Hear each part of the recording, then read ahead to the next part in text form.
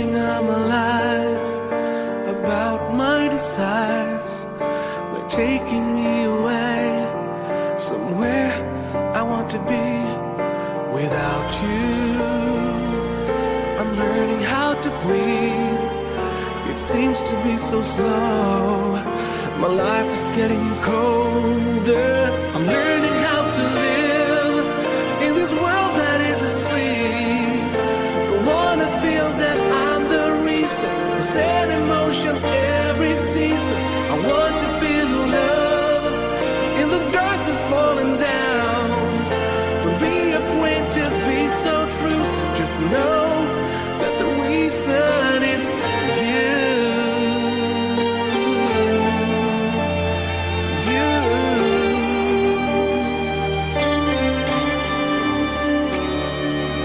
I don't wanna say that I can find a way to give much joy to other people, to feel the love they're giving me. I know that it's not right to run away and hide, act like I'm a single person, like I don't need anyone. I'm learning how to live in this world that is asleep. Don't wanna feel that I'm the reason for sad emotions every season. I want to feel your love in the dark. Well, good morning, everyone. Happy Saturday. It is Saturday, right? Yes, it's I Saturday. want to make sure It's I'm Saturday. on the right page. Well, it said, according to this, it says today's date is Saturday, June 29th, 2024. We are coming to you live from Powell River, British Columbia, Canada, where it is currently 63 degrees Fahrenheit or 17 degrees Celsius with light showers. Guys, summer hasn't shown up here yet. Well, No, the summer, it hasn't. it's not here yet. We barely had a spring. We had never had no spring. It's all rain. Then we had some sunshine, but it's been down in the 60s, sometimes in the 50s. So anyway, we're enjoying it. We're not roasting here. Welcome to our YouTube channel and support group, The Cognitive Nomad. I'm your host and facilitator, Larry. My beautiful co-host today is my loving and amazing wife, Ananda. By the way, that's, happy life and happy I don't life. pay him to say all that. Yes, she does. No. Yes, she does, guys. She takes me. Yeah. This is a place where I share my journey with mental health struggles and spreading awareness. We at Cognitive Nomad want to foster a supportive community and break mental health stigmas along the way. We go live every Saturday with the Cognitive Nomad Show at 2 p.m. Eastern or 11 a.m. Pacific. Is it really bright today? No, it's because you're not used to the lights being that much in your eyes. Wow. For those that are new here, I started this channel in hopes of spreading awareness about mental health and its struggles, a place where we all can come and support each other in a loving and compassionate way. Join our online peer support Facebook group for mutual assistance and travel inspirations and any other supports that are needed along the way. There's the link to the Facebook group. Go check it out, guys. And we want this to be a community-driven channel where we all can support each other in a loving, caring, and compassionate way.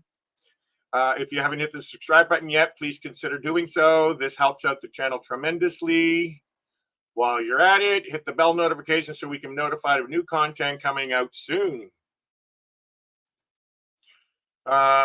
Please consider sharing our channel out to someone who you believe may benefit from our group. And I just realized that's spelt wrong. I have to fix that another time.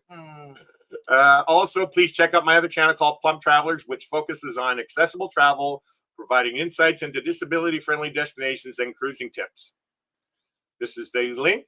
And then for anybody that's looking for resources, if you need some counseling or therapy or any of that kind of stuff, please check out BetterHelp below. It's not a sponsored link. I support them any way I can because there's so many huge YouTube channels out there that are being sponsored by this. So maybe I'll get a sponsor one day. Yeah. BetterHelp is a mental health platform that provides direct online counseling and therapy services via web or phone phone context, phone text communication. Anyway, all links will be in the description below, and I'm going to let you say this so I can take a drink. How was your week? Any struggles you would like to talk about? Let us know in the comments. Come on, we're trying to gear you up to go live. No, we're not. And I am live. How was your week, guys? Any struggles would you like to talk about today? Let us know in the comments. No, you told me to read it. You didn't say to do that. You're funny. Okay, read this then. Today's topic is open panel and a discussion about addiction. After the discussion, join us live up on the panel and let's chat. If not, please share your comments, questions, or concerns in the chat. Wow, that was way better, love. All right, let's go into this topic is close to our hearts today, too. We only have... See, I'm talking, you just cut me off. Sorry. Anyway. I was in the middle of this. Sorry. Yes? I said this topic is close to our hearts. No, it's not. Nothing near my heart right now. We got 5 watching and only 2 people commenting, and one of them is us. Come on, guys, get in the chat. Let's talk. It's a community-based chat here. Come on. Welcome, my friend Mike from Colorado. Hello, Mike. He's ready for showtime. Yay. Here we go. So, hey, that's pretty simple there. We're done the chat. Wow. Easy, but that's okay. Chat. I have things planned for today, guys, so that's okay. If people are sleeping, that's okay. If you're just sleeping away, go ahead. I'll let you read that part. What is addiction? What do you really know about addiction? Let's talk about it. All right. So first up, I have a little video to share. And it's a video about a gentleman that we, both Ananda and I, highly respect in the addiction community. This doctor knows a lot about addiction and many other things. His family were Holocaust survivors, and he immigrated to Canada and all that, and became a doctor and all this, and learned about addictions and stuff. So Ananda and I both have come from the background of addictions. I was an outreach worker. I have my own addictions in my belly, and Ananda's come from an addictive past, all that kind of stuff. So we know quite a bit about addiction. So we thought today would be very important to share about addictions. My daughter shared a little message with me this morning about this Dr. Mattei, and ironically, I'd already had this planned for today to talk about addictions. So I just want to play you like it's a 3-minute video talking about what is addiction. So just let me play that first. No, I don't want a video file. I want a screen. Screen. Are you learning how to do this, love? You're not. Why not? Not my job. Really? Yeah. It's not your job? No.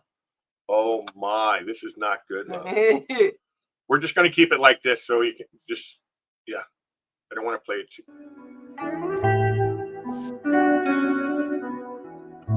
All the substances of abuse, whether they're opiates or cocaine or anything else, they're actually painkillers. Some of them specifically are painkillers. But physical pain and emotional pain, the suffering is experienced in the same part of the brain. So when people suffer emotional rejection, the same part of the brain will light up as if you stuck them with a knife. The Eckhart Tolle says very nicely that addictions begin with pain and end with pain. So that all the addictions are attempts to soothe the pain. So when I work with addictions, the first question is always not why the addiction, but why the pain. And what you find is emotional loss or trauma. In the case of the severe addicts, as in the downtown East Side here, they were every single one of them traumatized. There's no women walking the streets here who had not been sexually abused, not even by accident. But you know, whether it's a sex addiction or internet or relationship or shopping or work addiction, these are all attempts to get away from distress. Keith Richards, the Rolling Stone guitarist, said, who used to have a severe heroin habit, as you know, he said that all the contortions we go through just not to be ourselves for a few hours. Well, why would somebody not want to be themselves because they're in too much distress and too much pain. So I don't care what they tell you about genetics or any of that choices or any of that nonsense. It's always about pain. Well, the Tibetan Book of Living and Dying, it's got a wonderful line in it. Whatever you do, don't try and escape from your pain, but be with it. Because the attempt to escape from pain is what creates more pain. And that's the reality with addiction. But the question is, how can people be with their pain? Well, only if they sense some compassion from somebody. So as another teacher says, only when compassion is present will people allow themselves to see the truth. So addicted people need a compassionate present which will permit them to experience their pain without having to run away from it. And all the attempts to run away, it's like another teacher says, the surest way to go to hell is to try to run away from hell. So you got to be with that pain. You just have to be with it, but you have to have some support. And we live in a society that, one way or the other, is always about instant relief, quick satisfaction, distraction. In other words, we live in a culture that is based on, both economically and psychologically, on not supporting people to be with themselves. So it's always the quick getaway. So it's very difficult to deal with addictions in a society. But yeah, it is a matter of, at some point, finding a way of being with your pain so that you can actually get to know what it's really all about.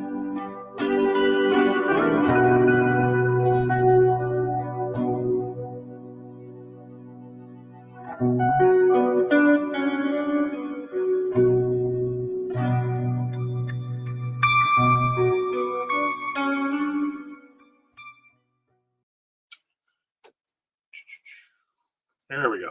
There we go. Now it's actually filmed in Vancouver, which is basically where we live. Young people are dying. Hold on. They're overdosing on. There we go. Gabor Mate works out of the downtown east side in Vancouver. For those that don't know, the downtown east side of Vancouver is one of the most roughest and toughest places in Canada. I can only speak for Canada. I've been in around the streets. I've lived in homeless shelters all across Canada. Well, as far as addiction goes. No, I know, and that's where I'm getting to. In the sense of addiction, yes, addiction's everywhere we go. Every little nook and cranny of this planet has some form of addiction going on, like Dr. Mate was saying. And so, the downtown east side is when I first started working with the homeless back in 2009. I was homeless at that time, and the downtown east side was a really scary place for a lot of people, and we used to call it the battle zone. It looked like a war zone. Everybody walking around like zombies and stuff, and needles sticking out of their arm and all that kind of stuff. And so Dr. Mate has, basically geared his life towards helping those down there and stuff like that. And so when I started working within that, that's where I learned to grow compassion and empathy for others and stuff like that. And then eventually I met Ananda, who went through her own struggles with addiction and stuff, just like I do. I'm struggling with addiction right now with food and stuff.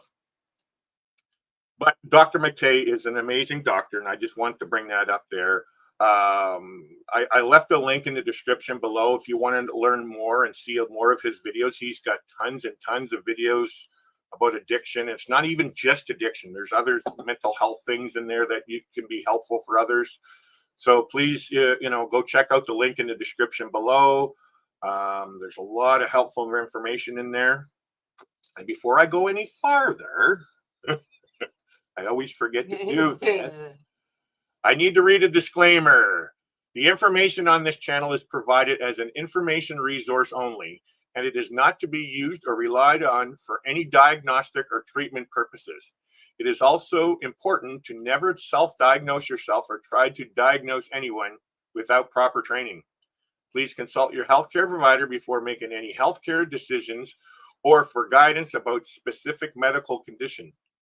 Cognitive Nomad expressly disclaims responsibility and shall have no liability for any damages, loss, injury, or liability whatsoever suffered as a result of your reliance on the information contained on this channel.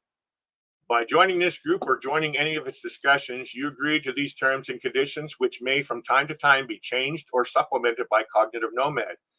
If you do not agree to the foregoing terms and conditions, you should not enter into any of its discussions. Very important. I need to take a drink here. Bear with me. Very important. Mike says caffeine and cigarettes, I think, are my major addictions. That's exactly where I was going here. So caffeine and cigarettes, I think, are my major addictions. Yep. And he says that. So Mike, do you find that it affects your life very negatively? Does it, does it cause anybody around you pain? Does it cause you pain? All those things. Like, there's a lot of people that can go through their whole life and be addicted to caffeine. That's your own choice. Nobody's here trying to say, you need to stop anything. That's your choice. And so, yeah, it's my choice. If I want to sit here and stay with diabetes for the rest of my life and die young, that's my choice. But I need to really get off my butt and learn a lot of things about this. And then Anna and all my support people in my world are helping me, just like I'm helping supporting Anna with her stuff.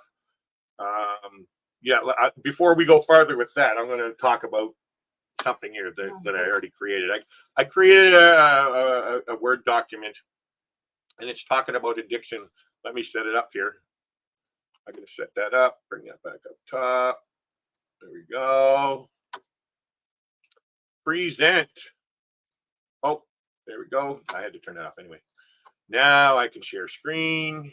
Go in the window. Let's go entire screen. Here we go. There we go. That'll work. That's good enough. Actually, I can do this. Watch this. I learned tricks in this thing here. Did that work? There it goes. There we go.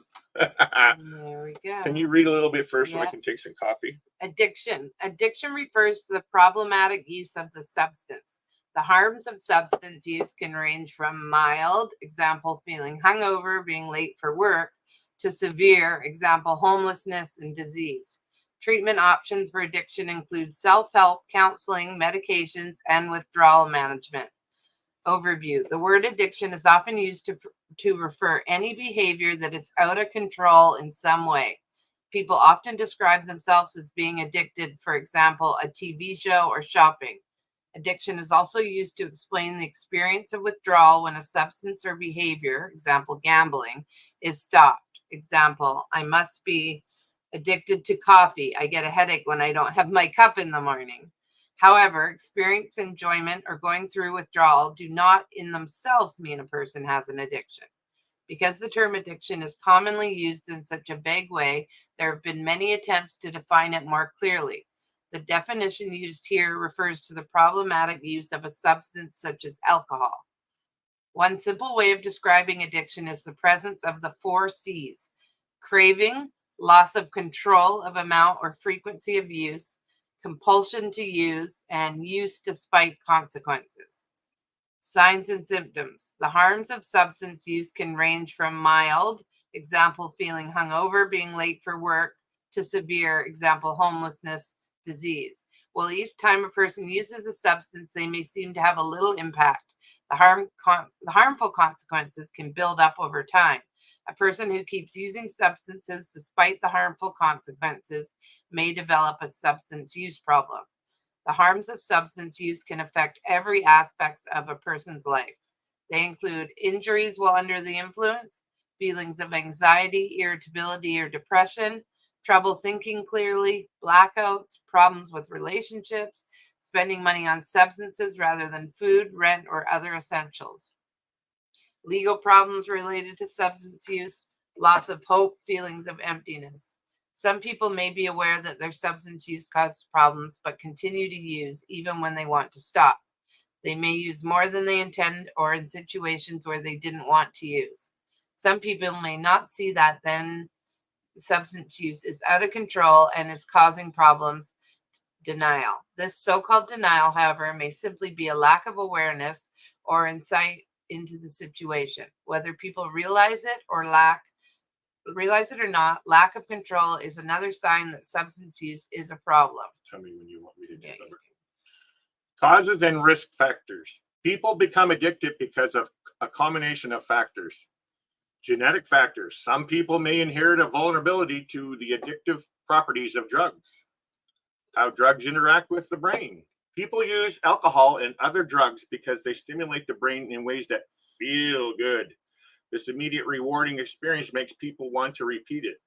All substances with addictive potential stimulate the release of a dopamine, a chemical in the brain that is associated with reward and pleasure.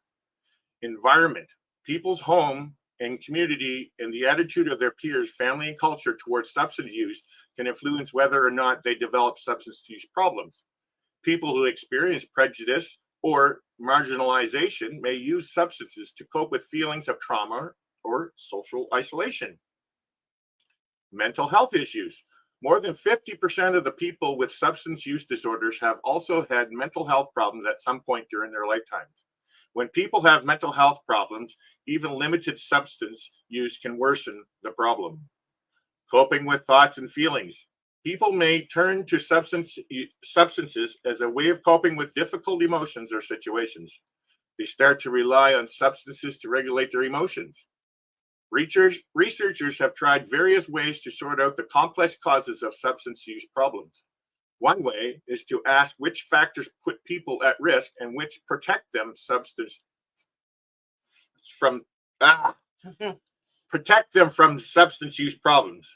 Since substance use often begins in youth, research has focused on this age group.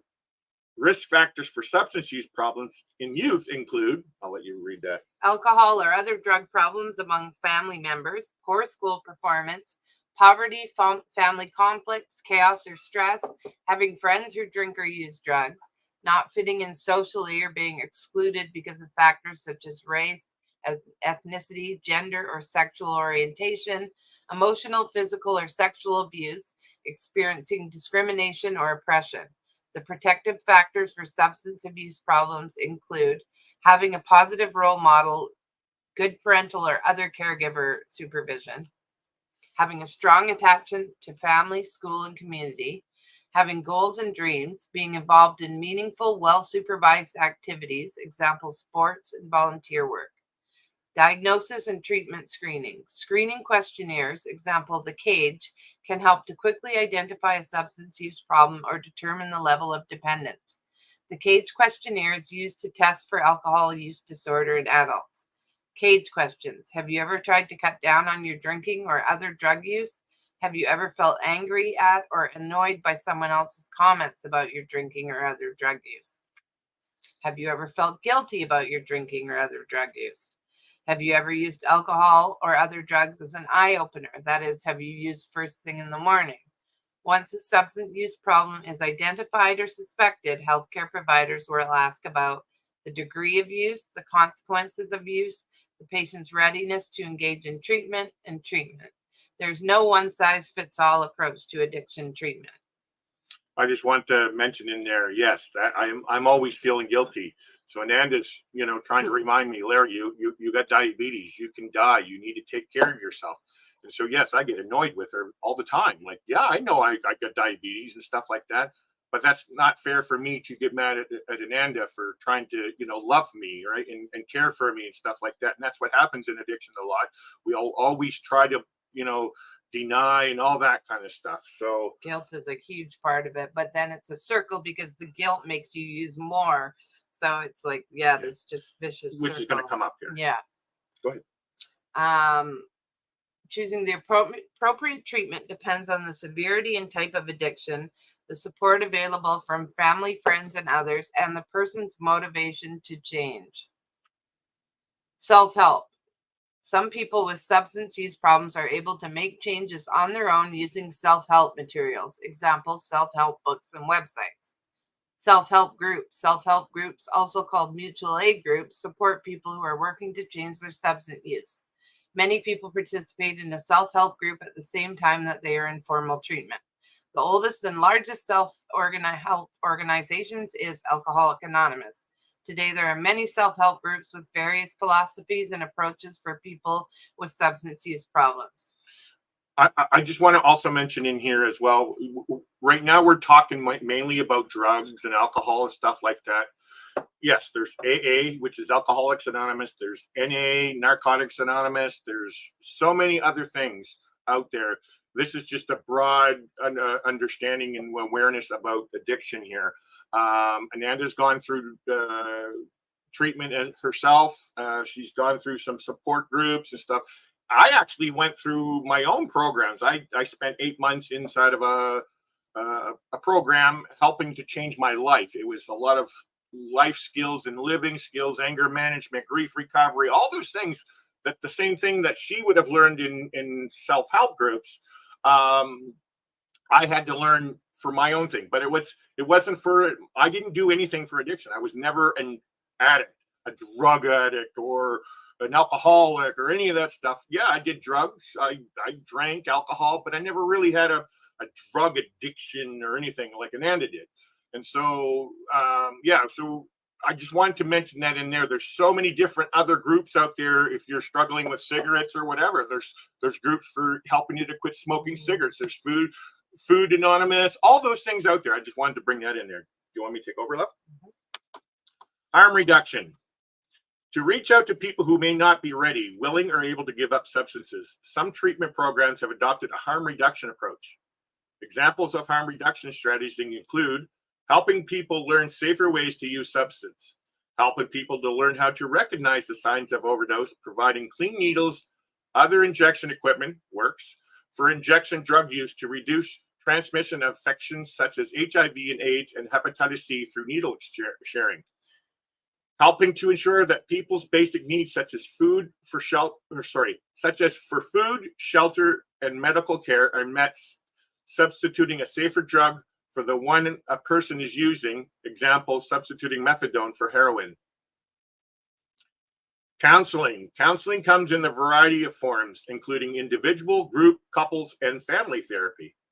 Counseling generally aims to increase people's awareness of how substance use affects their lives, what puts them at risk of substance abuse, and how to reduce substance use. Help people examine their thoughts and emotions and learn how these experiences affect how they behave, how they interact with others, and how others see them. I'm actually going through that right now. Both of us are actually. Mm-hmm. As we've been saying, we're taking training every week. We go once a week on Zoom for 2 hours. I go on Thursdays and Anda's on Tuesdays for 2 hours, and we're learning a program called DBT, Dialectical Behavior Training, and it helps you to understand like your emotions and all that kind of stuff. So my problem for me is emotional regulation. That's really my major thing. I snap in a second. You know, I can go from 0 to 100 in like less than 2 seconds. Like, you know, it triggers me. But that's me not understanding how to properly deal with our emotions and stuff like that. So I'm learning a lot of skills and everything, how to stop that. So I'm not so hard on Ananda. You know, and I've pushed her away so many times, not purposely, but my behaviors are all what causes everybody around me to look at me negatively. And so that's what I'm trying to do with this channel as well, is to bring out awareness with all of that. Where were we? Help promote physical, emotional, and spiritual wellness. Yeah. Help people manage cravings and temptations to use substances. I'm doing that right now. I think one of the important things is don't have really bad food in your house. Get rid of all your bad foods. Now, that's not saying we can't have bad food, guys. I'll have a popsicle. I'll have a cookie or whatever. Now, I'm not really craving cookies or chocolate like Ananda will tell you I am. I'm not craving them. No, she makes me... Sugar is something that is like a drug. So the longer you can go without eating it, the less you'll crave it. Mm-hmm. And you've gone for a bit without eating a lot. So Now, again, this isn't about give me a pat in the back, guys. We don't want to go there. That's a negative way to look at things. Hey, I'm changing and stuff like that. All I want you to know is just experience it and look at yourself, look inwards. Like I was talking to a therapist yesterday, and we're talking about philosophy. She says, well, what's your philosophy? And it's like, oh, okay, well, what's mine? Because I thought philosophy is philosophy. And so, but no, look in to see what it is for you. Can this information work for you? If it doesn't, well, there's other ways. Which I want to actually mention, because we were talking about AA and NA. So NA and AA, they're spiritual based, not necessarily Christian based. They're spiritual based, and a lot of people aren't spiritual, and so a lot of people get to the hey, you're talking about this God guy and all that kind of stuff. Well, they also, and I can't think of the name of it right now. I couldn't find the name of the new program that they got going on. But it actually takes out the spiritual part. It's still kind of like along the lines of exactly the same. It's just without the higher power. Because in NA and AA, they talk about a higher power, which a lot of people will automatically go straight to thinking we're talking about God. When I worked at the homeless shelter and I tried to help people to understand that, it's not necessarily, you don't have to, if you don't believe in this God that Christians believe in, the higher power means it could be this cup right here. That if that cup can convince you to say, you know what, Larry, stop eating food. If that cup, that's your higher power. It's just something outside of yourself. There has to be something more outside of yourself. If you continue to keep going back to your insane circle of insanity, as some would say, that is you. That is you causing that. It's nobody else causing you to do that. Yeah, they might be, calling you a loser or a drug addict or whatever the case may be. But we're in control of those thoughts, not them in control of our thoughts, right? So it's something outside of us. We have to think outside of us and think, okay, yeah, the cup. Larry, stop eating. Maybe I won't have candy today. Can you finish here so I can help people with substance use problems meet their needs through assertive communication and help people find ways to meet people and form relationships that aren't focused on substance use. Alcohol and other drug education. Alcohol and other drug education can help people learn about the effects of alcohol and other drugs and support people in making informed choices. Some treatment programs also offer alcohol and other drug education to family members. What's that called? Al-Anon. Al-Anon, yes. Which is really good if you have a family member suffering. Yeah, so just because you have a family member that's an addict or stuff, it doesn't mean you don't have problems with addictions as well. Family members are affected. So all families. Yeah, so I'll give an example. Somebody else in the family has their own drug addiction. It affects me. I'm not an addict, but it still affects me. I still need to understand how to deal with that person. I also had to learn how to deal with Ananda's addictions and stuff like that. I had to do that. So that's why Ananda was saying Al-Anon is great for family members. The name of the other program. It's Smart Recovery. Smart Recovery. Good job, love. Yeah. What made you come up with that? Yes, it's called Smart Recovery. Before I go, I'll try to share a link to what that's all about. Medications. Yeah. Treatment using medication should always be paired with at least brief counseling or, if available, a structured treatment program. Medications that can be used to treat problematic substance use and addictions include a nicotine patch, gum, or inhaler, or taking bupropion, Zyban for smoking cessation, methadone, or buprenorphine for people who are dependent on heroin or other opioids. Medications to treat other types of addiction are limited. Would you like to talk about that part that you wanted to say? Yeah, I think, well, if anybody watched my story a few months ago that I put out, I was addicted to opioids because I have had a pain disorder my whole life. And they eventually transferred me on to methadone to get me into treatment and get me off the other opioids and treat the pain. And I was on methadone for like 15 years or something. And then just a year ago, I switched to buprenorphine, which is Suboxone, and totally changed my life. I didn't realize that I'd been like in like a haze for all those years on methadone. It numbs you, it suppresses your emotions. There's so many side effects. So yeah, about a year ago, I switched onto the Suboxone pills. And then just actually a couple days ago, I switched on to what's called Sublocade, which is a monthly injection that I get into my stomach, and it's a little ball of gel that sits in your stomach and just slowly releases over the month. And so that keeps my pain down, keeps me out of withdrawal, keeps me not craving anything, and I don't have to do anything. I don't have to worry about, I'm normal. Like, it's the first time in Wait like a minute, normal? well, 15 years that I haven't been reliant on taking something every morning just to get through the day. So it's a pretty amazing feeling. And And again, I had to go through things with her as well, like with Ananda as well. Please don't think that, okay, you know, your loved one is an addict and you don't have no issues. You know, you could be affecting your loved one in the addictive part of it as well. There's a thing called codependency, and you're feeding off of each other and all that kind of stuff. So there's a program that used to, well, I don't know if it's still on there. Is this TLC? I think it is, the Learning Channel. What was that called? What was that called again? what? The show, the drug show, that the Intervention. yeah.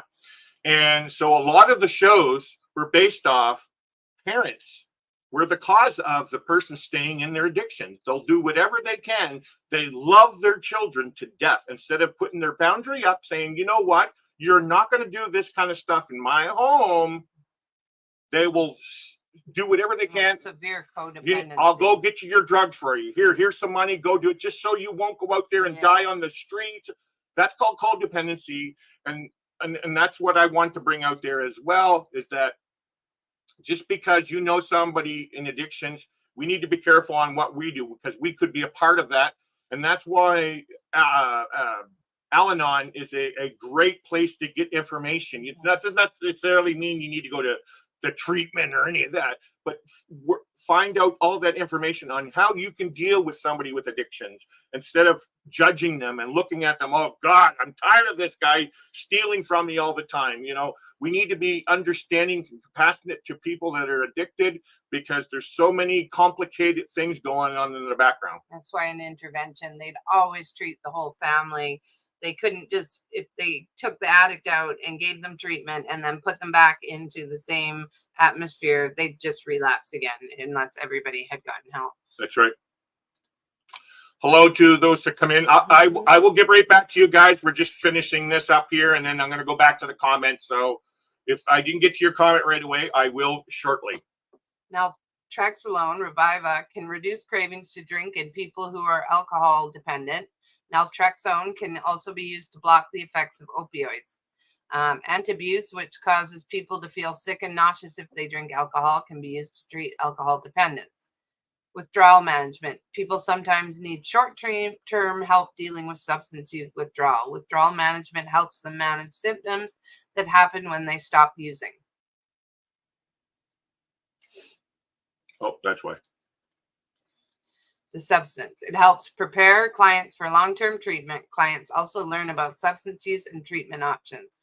So this is basically what they're talking about, is detox. Yes. Well, also it's like when they put me on methadone, I did 3 years of treatment, first, second, third stage treatment. So they didn't just throw me on the drug and say, figure it out. Yeah, there's that too. Yeah. But of course, they're not going to throw it right on and expect you to be a certain way. No, it takes time. But what I was also commenting to this, there's a thing called detox. That, you know, if you're struggling with drugs and alcohol and you're shooting heroin every day and stuff like that, hey, you need to get into detox first. Most treatment centers, you have to go to detox first. Most treatment centers, yes. In Canada, I don't know the American system. And it depends what you're addicted to, how addicted you are. Yeah. And if you're going on to something like methadone or Well, another thing I also want to mention with alcohol, that is actually much more dangerous than drug use. yeah, Much more yeah, dangerous. you You can can. die. A lot of people think, well, come on, man, it's just a few drinks, and no, that's much more. You can Yeah. die. I know the term I'm thinking. You can die much faster with alcohol than you can with drugs. You can with die from alcohol Yeah. withdrawal, but most drugs you feel like you're going to die, but you won't actually die. Yeah. Other than benzos, are quite dangerous. That's what I was trying to get at. Is with withdrawal. Yeah, with alcohol, you can die much faster. It's much more dangerous to die from alcohol withdrawal than it is for drug withdrawal. Yeah. Where were we? Other support and services. Many treatment programs offer a variety of other supports and services, including information and counseling about stress or anger management, grief and trauma, finding a job or going back to school, eating healthy, accessing safe, affordable housing, getting social assistance or disability benefits, managing money and budgeting, developing parenting skills. I just wanted to add in there, if any of you out there are struggling with addiction and you want help, reach out to me. I will help you to find your resource, whatever. It doesn't matter where you are, America or Canada.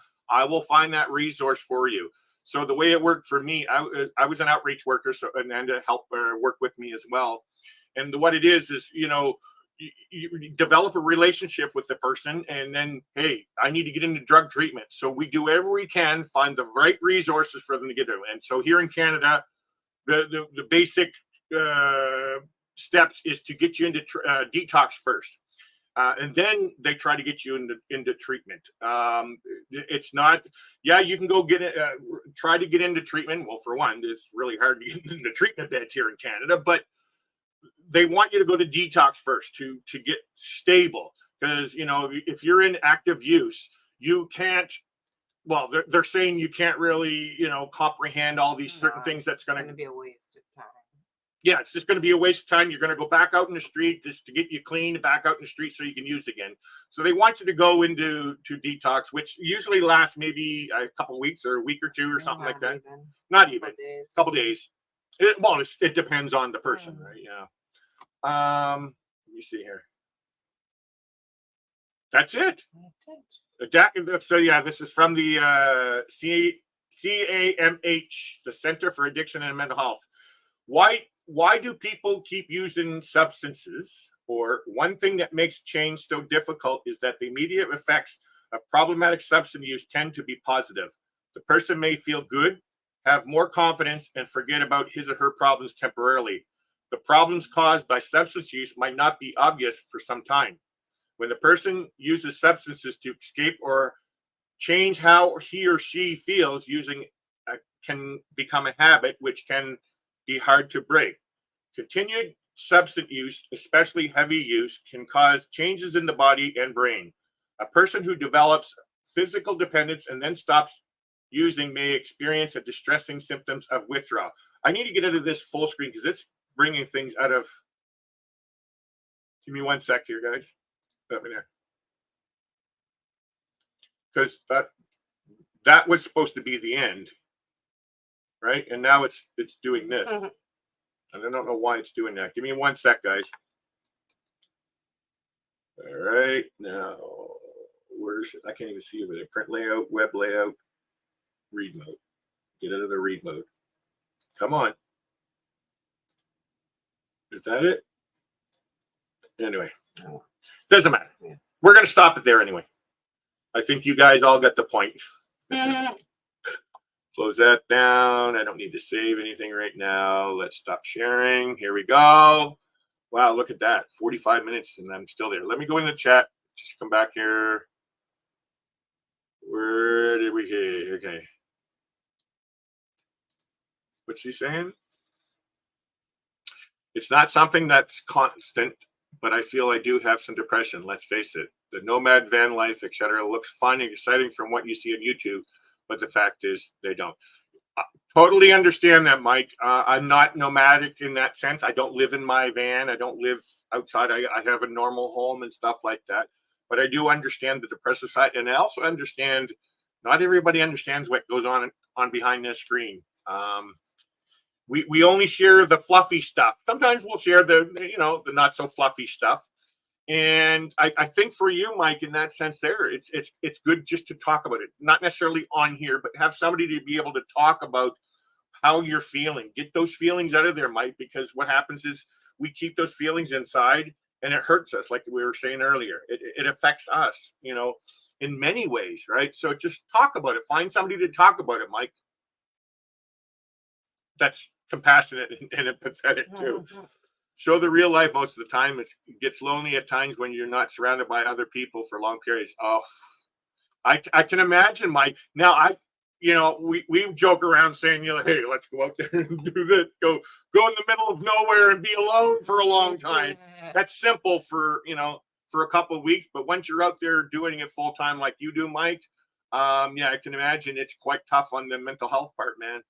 But Mike, I need to tell you this. So when I did helping with homeless people and outreach and all that, we had to do self-care. It's called self-care, man. You have to, if you're going to do what you're doing, it's a tough life. You need to work on your own self-care. Find a way to help yourself so you're not being in that deep depression. I know what deep depression is. I have it myself. I understand what that's all it is, but find those ways. Seek help. Talk to your doctors or whatever it is to try to figure out how you can work around that so you're not hurting and stuff like that. Eye opener. Yep. First thing in the morning, I reach it. You know what, Mike? A lot of us do. November 18th. Yes, dear. 2009 at 5:30 p.m. I was standing out in front of a 555 Homer Street in Vancouver, British Columbia, Canada. It was 5:30 p.m. and I had a half a pack of number 7s red. And I said, you know what? I'm done. And I passed this half a pack of cigarettes to somebody else and I quit cold turkey. Now, of course, I was at the time homeless. I was going through a lot of rough pain, deep depression too, Mike.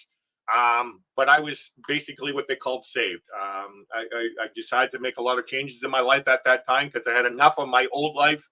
I was tired of, losing my relationships and jobs and all that. And I became homeless and all that.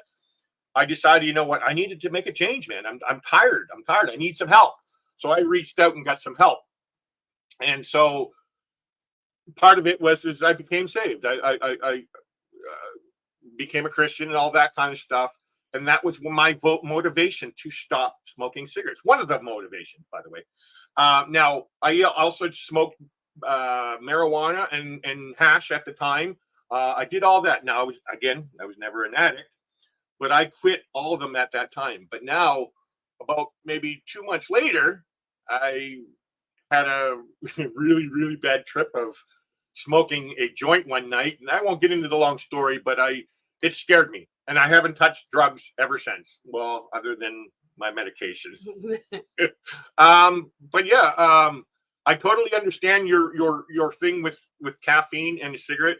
My very first thing is I want a coffee in the morning, Mike. Yeah. I don't need it. I really don't. I'm not addicted to caffeine, but that's my normal routine. Nice.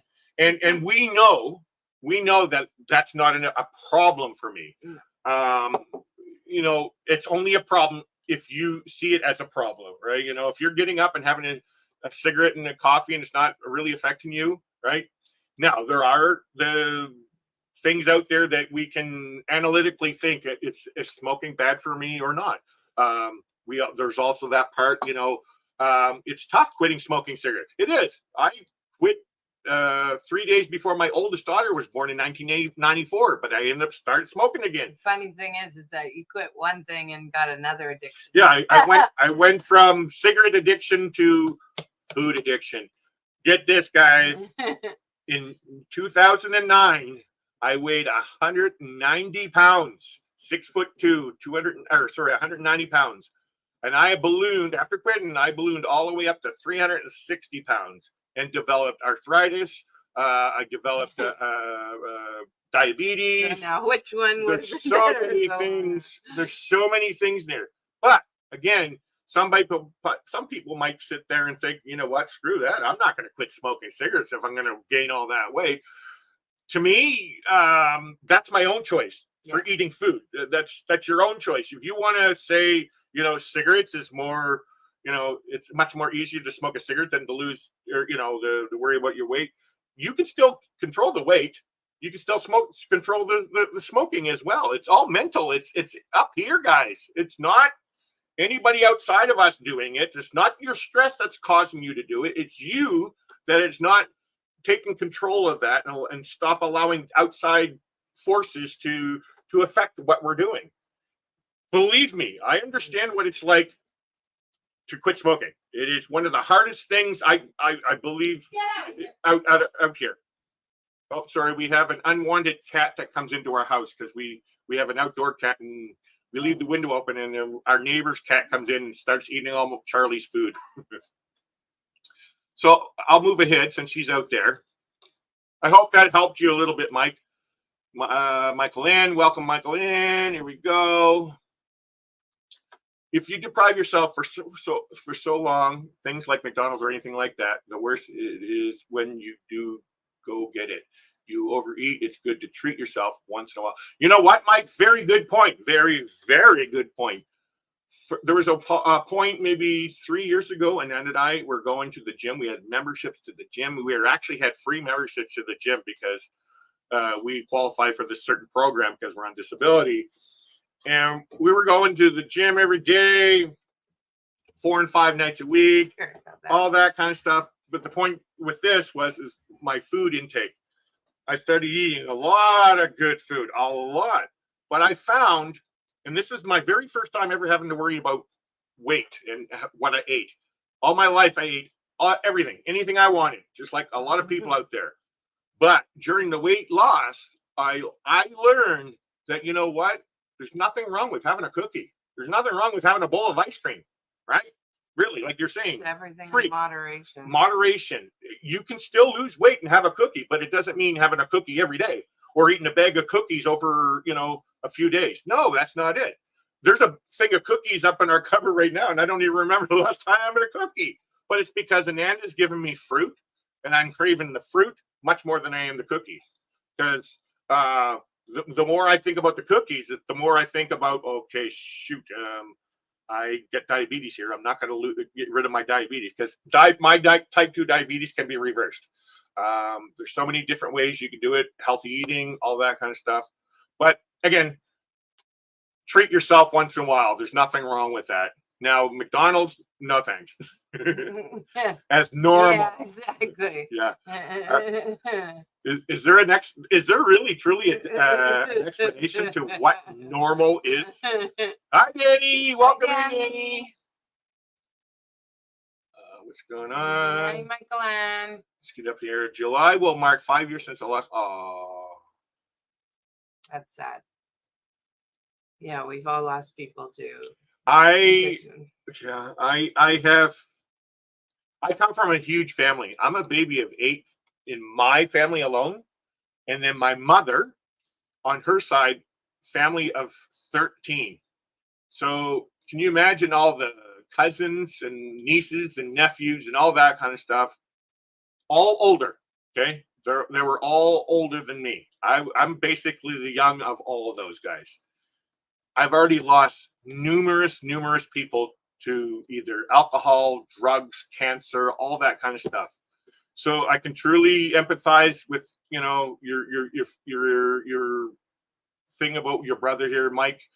I'm sorry to hear that you lost your brother, man. But I truly do know what that feeling's like, man. And I hope, you know, you're able to work through all those emotions and feelings that comes with grief, right? I need some drink. Prayers, Mike. Thanks, Danny.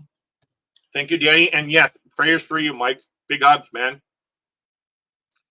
And what's this? Yes, moderation is the key word. Yes, you're right. It is.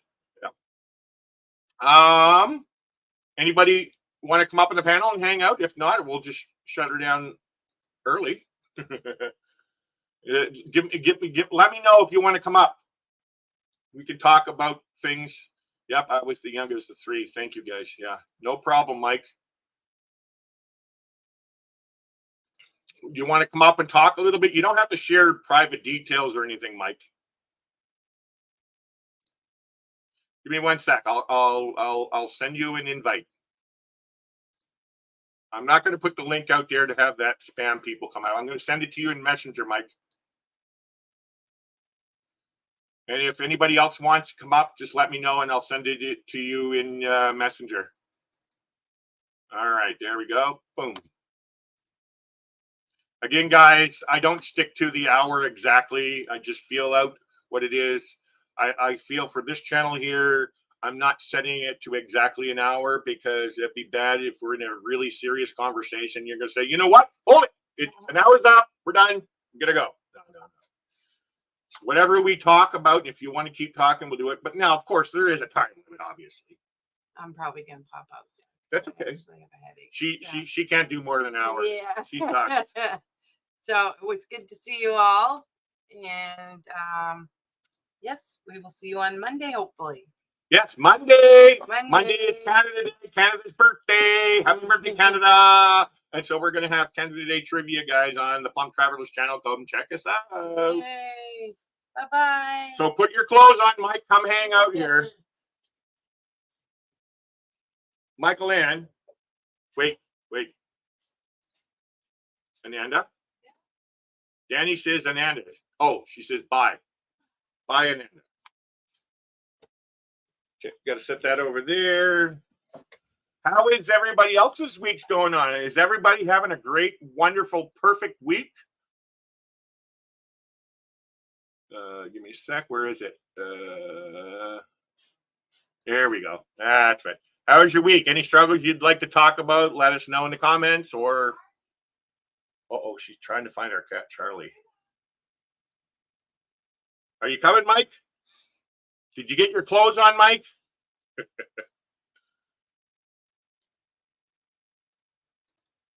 Here, I'll play some music while we're waiting. I got ADHD, guys. I don't like quiet. Oh, there he goes. Okay, there he is. You all ready to come up? You ready? Give me a thumb. There we go. There we go. There he is. Can you guys hear me? Yeah, I can hear you quite well. All right. How are you, Mike? Good. How are you guys doing? Good. How's the weather in Colorado? Right now it's about 10 degrees cooler than it's been.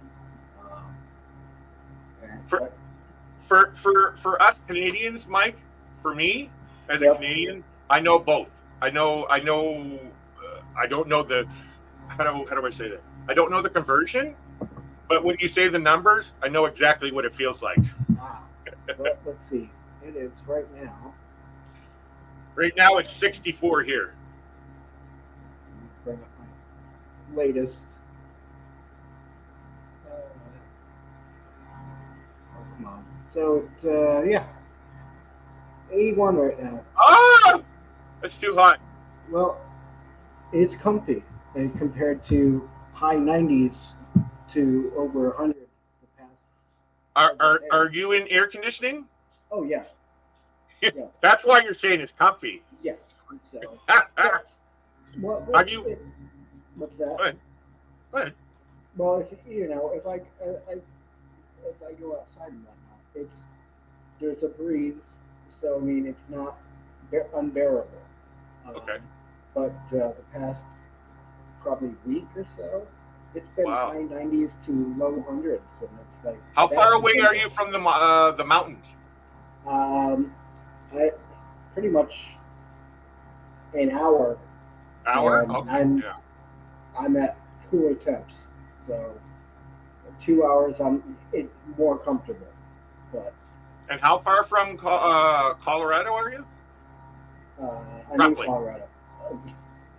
Oh, you are in Colorado itself. Oh, yes. Okay. Yep. Oh, okay. I've been there a few times. Yeah.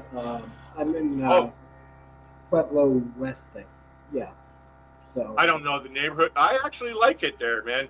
And actually, I watched Netflix documentaries, and I watched true crime and all that kind of stuff. And it was in Colorado Springs. Okay. So that's north of here. Is it? Yeah. How far? About an hour.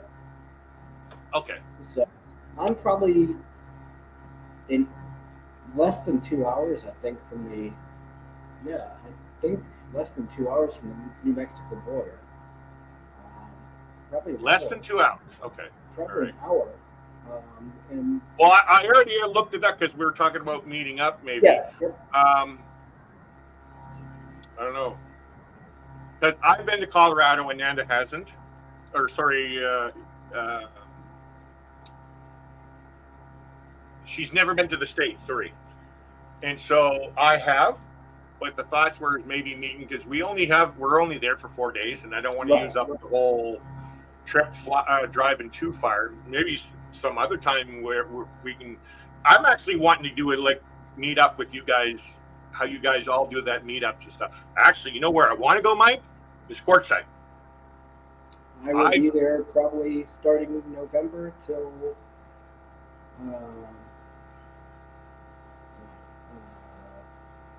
at least February, March. When is the Quartzsite meetup? Okay, is there like a website that I can look at for that? Not really. I know. Hello, Joe. Hi, Joe. I know. Welcome in, Joe. The Big Tent event and whatnot. Yeah. With all the vendors and all the people that are hiring for camp hosts and whatnot. I believe it's right around the 20th of January. Oh wow! Somewhere. I would have to look again and see exactly what. See, I want to go to that big meetup where everybody, they do the fireworks and all that kind of stuff. But I also want to see the tent stuff, all that tent stuff they get going on. That's really cool. But I want to see the nomadic life because I'm very nomadic. I've never really done what you do, Mike. But I'm very interested. I would love to do it. But in my world, it doesn't work, right? I have a van. What's his name? Marshall? Is it Marshall? I believe so. Marshall has the same van as I do. Oh, okay. And we do have a mattress for the back of it. I have a porta potty. I have the shower with the privacy tent for my own bathroom and stuff like that. But the only thing I don't have is power. And again, I don't really want to drive long distances because it's a 2012. That's the thing I don't understand about the nomadic life. I don't understand the nomadic life, like driving those. That's a lot of wear and tear on your vehicle, isn't it? Yeah. And that's why it's good to like Arizona. There's all kinds of places to just park and live for a couple weeks, and then move to another area, live for a couple weeks. Yeah, because you're only allowed 2 weeks on BLM, right? Yeah. Typically, that's the way with national forests, BLM land. Now, do you have to pay a permit for each state that you go to? Because I know New Mexico, you can pay, I think, $200 and something for the year. That's state parks. Yeah. BLM land is different. It's not. It's federal land. But yeah, you can, and it's like in Quartzsite, you can pay. I think it's $170 or $180, and you can be in one spot, which they refer to as an LTVA, long-term visitor. Okay. Up to, I think it's 7 months. So, and that's always good too. I know Roy and Becky, Tim, a bunch of other people. That's what they do. Is they pay that, and then that also gives you access to filling water, trash.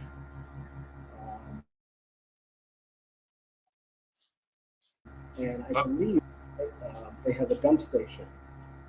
So, is there places where you can go to stay permanently without having to pay? Not really. So you're constantly having to move then? Yeah. Wow. Either it's BLM land for 2 weeks at a time. Now, I granted, I probably shouldn't have, but like when I was there 2 years ago in the winter, I can't remember now, but I was at one place from December until April. Wasn't that Arizona? Yeah. Lake Havasu area. Yeah. And the BLM spot that I was on, a lot of other people were there. Great. It was a great view there where you had that spot. I watched some of your stuff, man. Yeah, there was a great view there. And nobody bothered me. Nobody came to check on me saying, "Nope, you're here too long." So you can get away with it in some areas probably, but it's hit or miss. Wow. Again, I'm very nomadic. I'm not attached to anywhere. Right. If Ananda said, "You know what? Let's go," let's go. Where are we going? I'm very nomadic, but I don't know if I can deal with having to move all the time. Like, I don't like that part. Yeah, and it's you just got to get used to it. True. And it's like when I was up in New Hampshire for a while, a few years back, staying back there for a little while. There was a camp spot I had in one of the national forests up there. Yeah. That we had kept for almost 3 months, and nobody bothered us. But every couple of weeks, we would change things around to make it look different.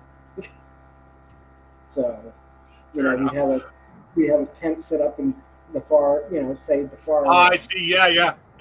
And then you put the tent over here. Yeah. You don't even have to. Move the chairs, move the tarp. Gotcha. Yeah. So it looked like somebody different, but it wasn't. What was I going to say? Tiny house. I actually would love to live in a tiny house, but very restrictive. Very restrictive here in Canada, especially on the West Coast. The rents are the highest in the world here in Vancouver. And everybody's complaining, well, let us live in these things. But there's so many restrictions, they refuse to open up those regulations. And the reason why I'm reacting that way, Mike, I was on a committee, the Affordable Housing Committee here, and I was working with the local politicians here in town. So basically state representatives and city council and all that to bring affordable housing here. And part of them is opening up the regulations so they can build carriage houses on their property to bring in more. So I kind of got the idea of how things worked. There is no reasons why they cannot open up that land to allow me to buy my own piece of property and put my trailer on it if I don't want to put a foundation on it. Exactly. Right? Why would I want to buy an RV and always have to move it all the time? It's my property. Let me do what I want. As long as I'm not, causing a junkyard or any of that kind of stuff that people worry about. If I'm sitting in my trailer living a normal life, don't worry about all this other stuff. Yeah. I just put a link in the private chat real quick. You'd want to look at that later. Okay. When you were talking about the homeless people up in Vancouver and doing work with that and whatnot, used to do. It's a guy that he built this little tiny house for a homeless person. I know that guy. Where's that again? There's numerous places all doing that. This channel is called Builder's Blueprint. Okay, yeah. I don't know where it's out of. I think I've already seen that, Mike. And the reason why I'm a big advocate for homelessness, but I have my own viewpoints of homelessness and how it works. I was homeless myself. I've been on the street before. I slept in Stanley Park in February and it's cold out, rain and all that kind of stuff. I slept there. So, and then plus I've been homeless many times in my life. I know the streets. I know how it all works, but I also was a client or a worker there. I started working in a homeless shelter. I've seen both sides of the story, and a lot of people, they don't know this. Obviously, they don't know it because you're not in this world of homelessness. So all you can do is use what your own interpretation of what homelessness is and stuff like that. There are a lot of people that refuse to go to a shelter and live on the street and ask to beg just so they don't have to follow the rules in there. They want to be able to sit outside and smoke their drugs or whatever, right? Yeah. That's limiting people to get into shelters. And so they think everything is all having a problem, it's this or it's that. There's homeless by choice. Homeless by choice. Homeless, and what I like to call houseless, not homeless. Yeah, of course. And then there's homeless with, that you can't help under certain technically in the again, I'm only speaking from Canada's rules, or not rules, but things. You are homeless, Mike, but you have a home. That's your home. It's your home. It's your little thing that you choose to be in. Yeah. I just take you're still considered homeless, but I don't have a permanent address. You don't have a permanent address. That's the thing. Living on somebody's sofa. Oh gosh, I'm brain freezing on all the other things, but there's so many. I had to do a homeless count here in Powell River. So we had to go everywhere and find all the little nooks and crannies who was homeless and all those kinds of things, man. And yeah, that was all part of it. Couch surfing, all those things. I haven't been in this world for a while, although I can reveal that I applied for a job at our local resource center. Yeah. So Michael Ann is making a good point here as well. Yep. And I agree. Okay. So here in Canada, and I can say this all across the country. I can't speak for American stuff. In Canada, they have different levels of shelters. Okay. There's low barrier, high barrier shelters. There's so many things. There's so many different levels of shelter. So the shelter that I worked at had a halfway house. It had programming floors. It had a shelter for men, women, and children, right? So obviously, when you have those kinds of situations, you want to have a very secure building where they don't get to come in. You can't. So the building I worked at, it had 0 tolerance of drugs, alcohol. If you walked in, I smell alcohol on you, or if I feel like you were under the influence, I will do a check on you to say, Mike, have you been drinking? No. Mike, I can smell it. No, I haven't. Then my thing was to actually get the shelter worker to come down, because I was a security guard, really, is what I was doing.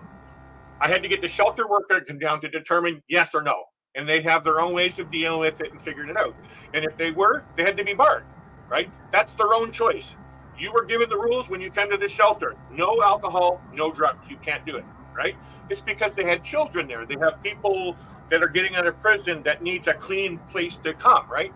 But then they also have other shelters in Vancouver with different levels. So they had the low barrier shelters where they didn't care. Like I actually stayed at a couple shelters in Vancouver where they're sitting there doing their crystal right at their beds and banging up with their heroin, right?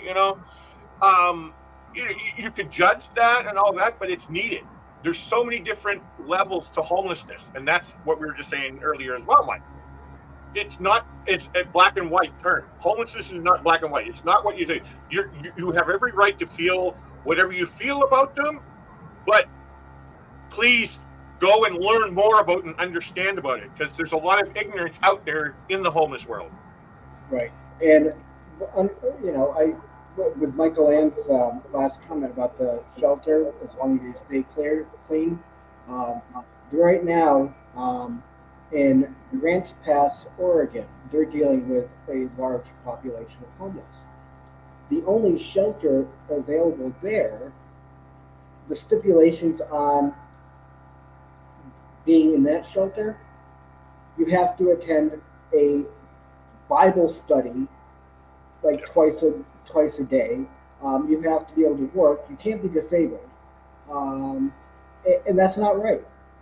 You shouldn't be forcing religion on somebody to have them stay. I can understand the staying clean. There's no smoking, there's no drugs. Yeah, that's fine. If I can really clarify with that, Mike. Okay, I agree with you that nobody should be forcing religion on anybody. Because not everybody believes in a God. Like, stop your church. I agree with you on that. I've been in a lot of shelters, but unfortunately, we're going to say unfortunately, most shelters are run by Christian organizations because that's where it's all coming from. That's fine, you know. Totally. And so when you have a Christian organization, that's all their part that they do. It's they see it because, hey, they're taking their time. It's their shelter. It's not your shelter, the homeless person's thing. It's their shelter. So they think they have a right to say that because you're coming to my home saying, you know what, I need help. Okay, I'll help you. Okay, then how about...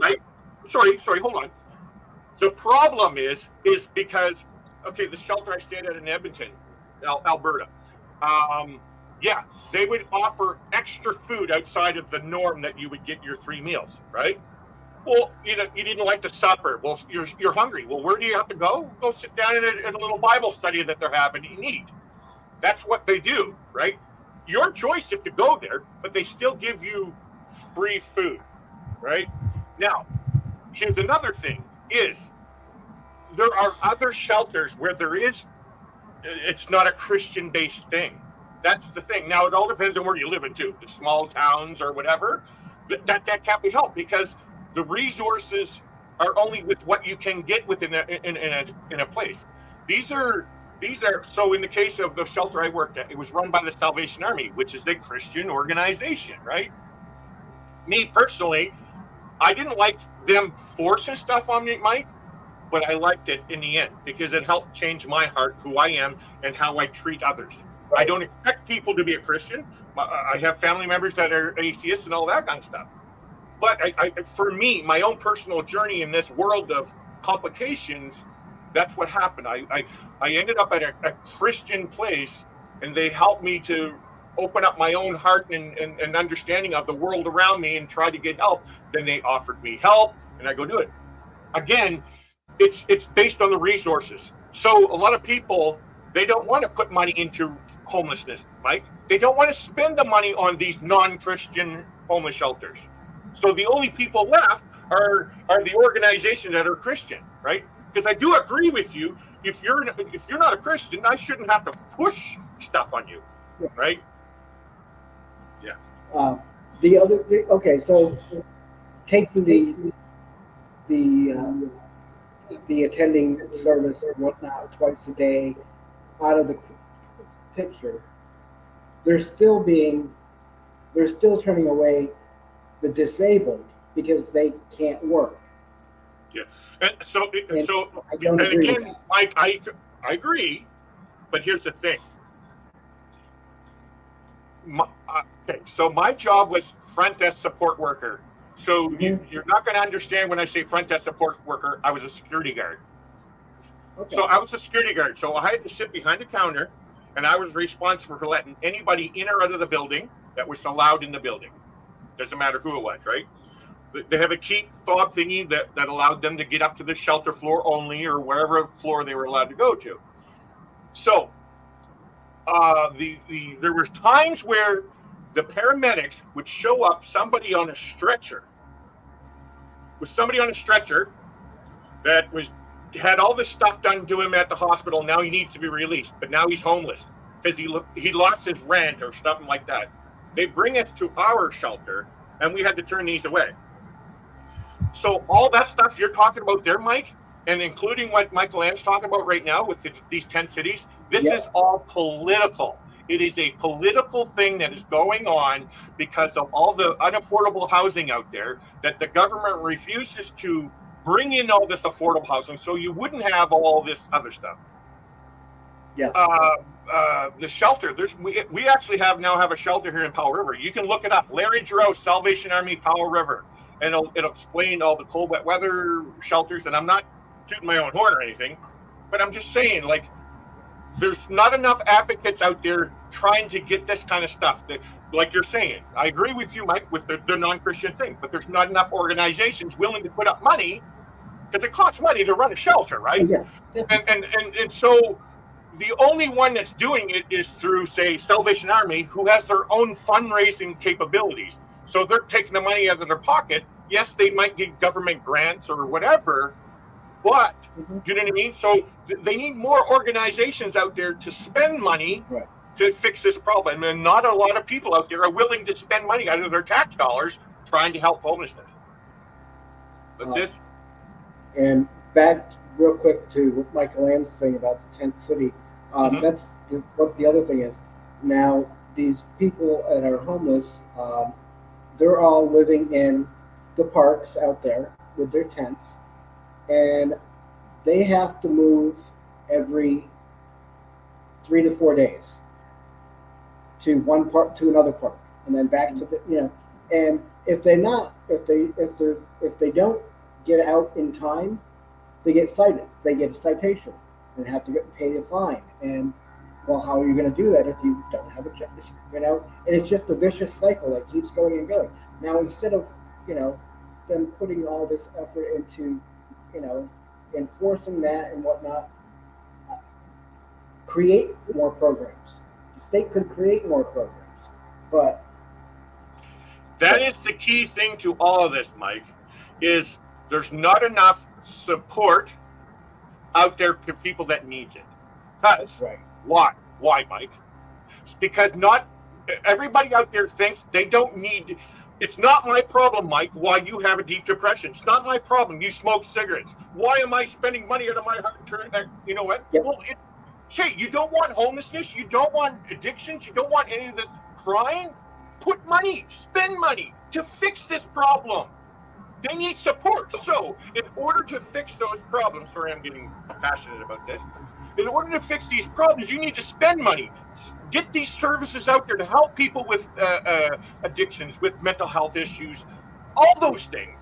That's where it starts, not you sitting there saying, no, I'm not spending on him. It's a low life for him to go out and get drunk again or whatever. That's what it is. Addiction's not a simple, you know what, Mike? Stop drinking your Mountain Dew, Mike. Stop smoking your cigarettes, Mike. You're going to listen to me? You're going to say, you're going to do that, right? If I go to like Walmart or something, if I'm in an area and I see, somebody standing with a sign out front, or out on the corner of the road and whatnot going in, I'll buy an extra little bag of chips or, whatever. And instead of giving them money, I'll give them, I'll stop and hand them that and maybe a bottle of water or something, Well, I feel for them, but this will bring up what we're talking about, Mike, for me. So I worked at this homeless shelter. I worked evening shifts, 4 to 12:30 p.m. 4 shifts, okay, on the weekends, over the weekend. I got 2 breaks. I was in a unionized job, so I got to have 2 15-minute breaks and a half an hour break. So what I did, I took 2 half-hour breaks because there was no management around to really enforce me to take my 2 15s and all that. And I didn't like 15s. They're just a waste of time. You sit down, and by the time you sit down, go up to the staff room, you're tired, blah, blah. So I used to take 2 half-hour breaks. Because I lived in downtown Vancouver and worked in downtown Vancouver, I would be walking to wherever, going to get my lunch break or whatever, and I would pass by a 7-Eleven. We all know what happens at a 7-Eleven. Everyone does. If you tell me your 7-Eleven doesn't have anybody hanging out in front of it for some reason, then you're very lucky. Anyway, so I used to pass this guy every day, Mike. And so one of the ways they help with people panhandling instead of panhandling, there's this organization that will create these newspapers that talks about homelessness and stuff like that. And what they'll do is they'll give these papers free to people, and then they would sell it to somebody. Well, I kept passing by this guy. I got to know him over the 5 years that I worked there, right? And so he says, hey, Larry, hey, man, can I borrow $5? Over time, whatever he panhandles or all that, he's going out to get drunk or high. Sorry, I meant. We already know that. That's the world I worked in. So, knowing that, would you knowingly give somebody some money to go get high? yeah. No? Okay. But No, listen, Mike. So okay. here's how I do it. I would get them food, but a lot of times saying, you know what? I don't want, no, here, I don't want that or whatever. There's a lot of that garbage going on. my theory is, here, you know what? Here's $2. Yeah, it's $2. Yeah, he might take that and put it with his other money to go get high. But here's the thing. My main goal is to get that guy in treatment. That's my main goal. Get him help. That's my job. That's what I was doing, right? He is not going to come to me. He's not going to look at me, talk to me, or whatever if I keep saying no to him with that $2, right? Now, I'm not giving him a $20 bill either. I'm giving him $2, right? It's an offering to that person to say, look, hey, at least he's not saying, go fuck off, you lazy bum, go get a job. I'm not that type of a person, right? So he's going to be more open to me to hear, say, you know what, hey, you want to get into treatment, man? I know how to get you there, man. And that's the way it is. If you need into treatment right now, Mike, I will do everything in my power to help you to find that resource. I'm not saying that's what you need, right? But that's how I am. That's my job. That's my passion in this world, is to help bring people to the help that they need. That's really what Cognitive Nomad's all about. My life, everywhere I go, is all about trying to help people to find help. Now, I don't directly do it, Mike. You know, if I come to you and hang out with you, it's not, hey, Mike, you want to get a retreatment here? You know, that's not what it's mean. But that's my life's passion, and that's what I want to point out there, Mike. Is we can't just keep saying no. Screw you. Go get a job. We can't. Too many people out in public are doing that, and when you hear somebody saying "screw you," your heart's not there. You feel left out. Nobody cares about you. They're already there. They're living on the street. Nobody cares about them. Right? Two other things here. One, I stayed at a homeless shelter in New Mexico. I actually purposely stayed at a Good Shepherd homeless shelter in New Mexico. I had money. I was down seeing my kids in 2011. And because I'd stayed at homeless shelters here in Canada, all across Canada, I wanted to see what it was like to stay at an American shelter. So I purposely went to this Good Shepherd one in Albuquerque. Before I walked into that compound, as I like to call it, you had to blow a breathalyzer. You could not do there. And then once you get in there, they came out and picked names. If that was your first time there, you automatically get a bed. Then by 6 p.m., you were not allowed to go out after 6 p.m. And you were in there until 6 a.m. the next morning. If you left, you lose your bed. There's restrictions on it. So you couldn't, when you walked in, you had to take a shower. You had to put all your stuff in locked thing. You could not have your cell phone. Like, yes, there's too many restrictions. Now, I understand when you were saying about the certain things that they turn away, but it's based off of their restrictions. Sometimes it's over restrictive. It really is. Unfortunately, because of what they do there. So in this case where I was, they had a treatment center there for people. It's called the ARC, Alcohol Recovery Center. And if you have people constantly coming in drunk, they're not going to stay recovered. They're going to see the people getting drunk and think, hey, I want to go get drunk with you. Let's go out. Screw the bed or the help. I'm going to go get. So they try to have all those rules in place, but unfortunately, people do fall through the cracks, and that's what's happening. What's this? Sorry.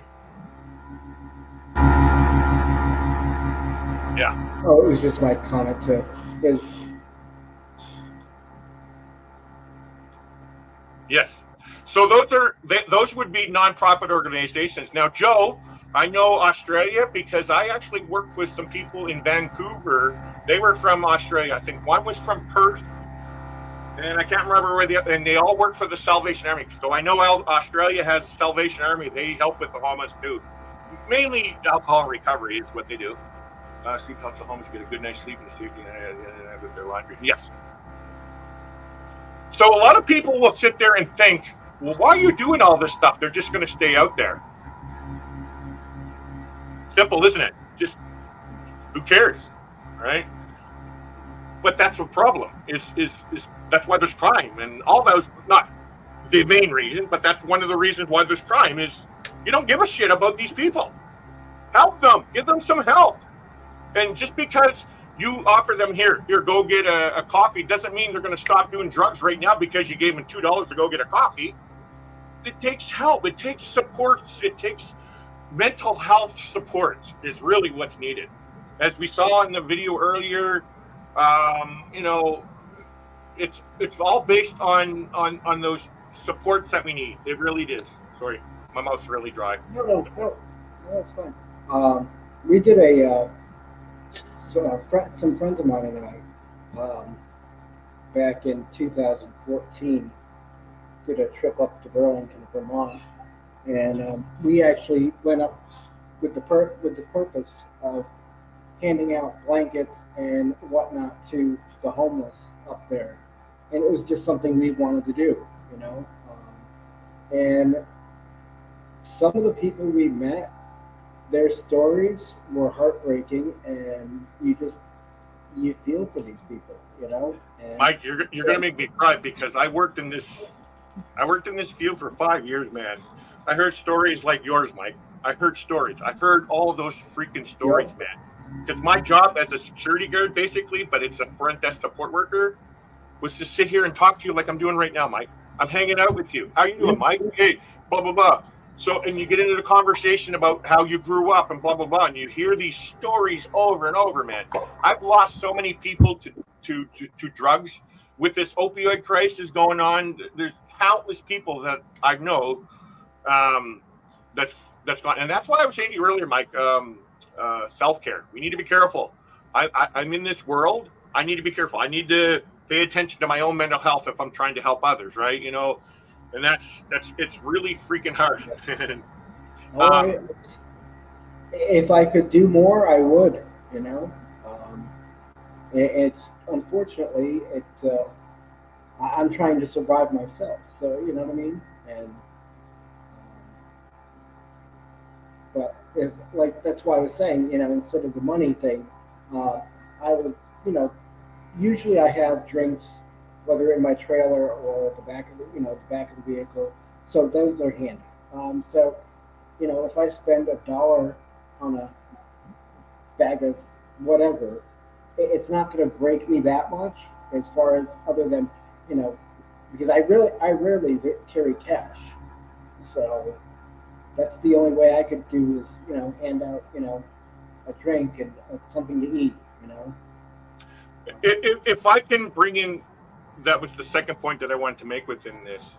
Okay, I only can speak for major cities, really. Now, it all depends on what community you live in, but I know in major cities, doesn't matter if America or Canada, okay, every major city has a support system. Everyone, right?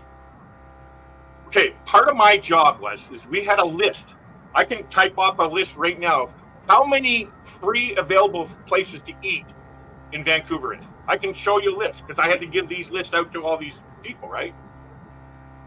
The problem I have with a lot of homeless people, and again, I was homeless myself. I panhandled on the street myself. The problem is they're trying to get you to feel guilty to get the money so they can go get high. So the best help that can be given to any homeless person is love. That's the best help. And the love I'm meaning by saying, hey, look, you know, I got no money right now, but hey, I can probably do this for you. Would you like this or do whatever? I personally highly recommend don't give it no money, none whatsoever. Again, it might be a contradiction to what I was saying earlier, but that's not what it's meaning. It's they need love more than they do need money. They need it. They need somebody to care about them and listen to what they're saying and get them help, instead of saying, you know what, screw you, get off your lazy butt, and judging them or saying, well, you're lazy because, you know, you're homeless. You can go get a job. If I can work, you can work, like a lot of people do. No, it's not that simple. There's a lot of things. You're in deep depression right now, Mike. Stop your depression right now. You're done, right? Are you done, Mike? Are you done? Yeah. So I should be mad at you, Mike, because I just told you not to be freaking depressed, right? And that's what's happening. Too many people out there are saying, you know, you need to do this. You're a lazy bum, or no. They need love and compassion and understanding, and the love is helping them any way you can without making them stay within it. Again, so in the case of me, now I can't say like that what I was saying earlier about giving money. I personally don't mind giving them $2, whatever it is, like whatever it is. Well, I'm going like this, Mike, because I'm Canadian. So we have a $2 loony or a toonie. You guys don't. Wait, you still have $2 bills? That's right. Yeah. And we have the dollar coins, or we had the dollar coins, but I actually had dollar coins, but I don't see them anymore. they used to, well, some of them are like silver dollars, and then they started coming out with like these gold at one point. Like and actually, speaking of $2 bills, not to get off the subject, but real quick, it's funny because a lot of the gentleman club places, the strip clubs, the change machine now does $2 bills instead of dollar bills. Isn't that crazy? So, do you mind if I just share a couple pictures real quick? Of course. Let me see. These are some of the things I give up there as far as pictures and whatnot.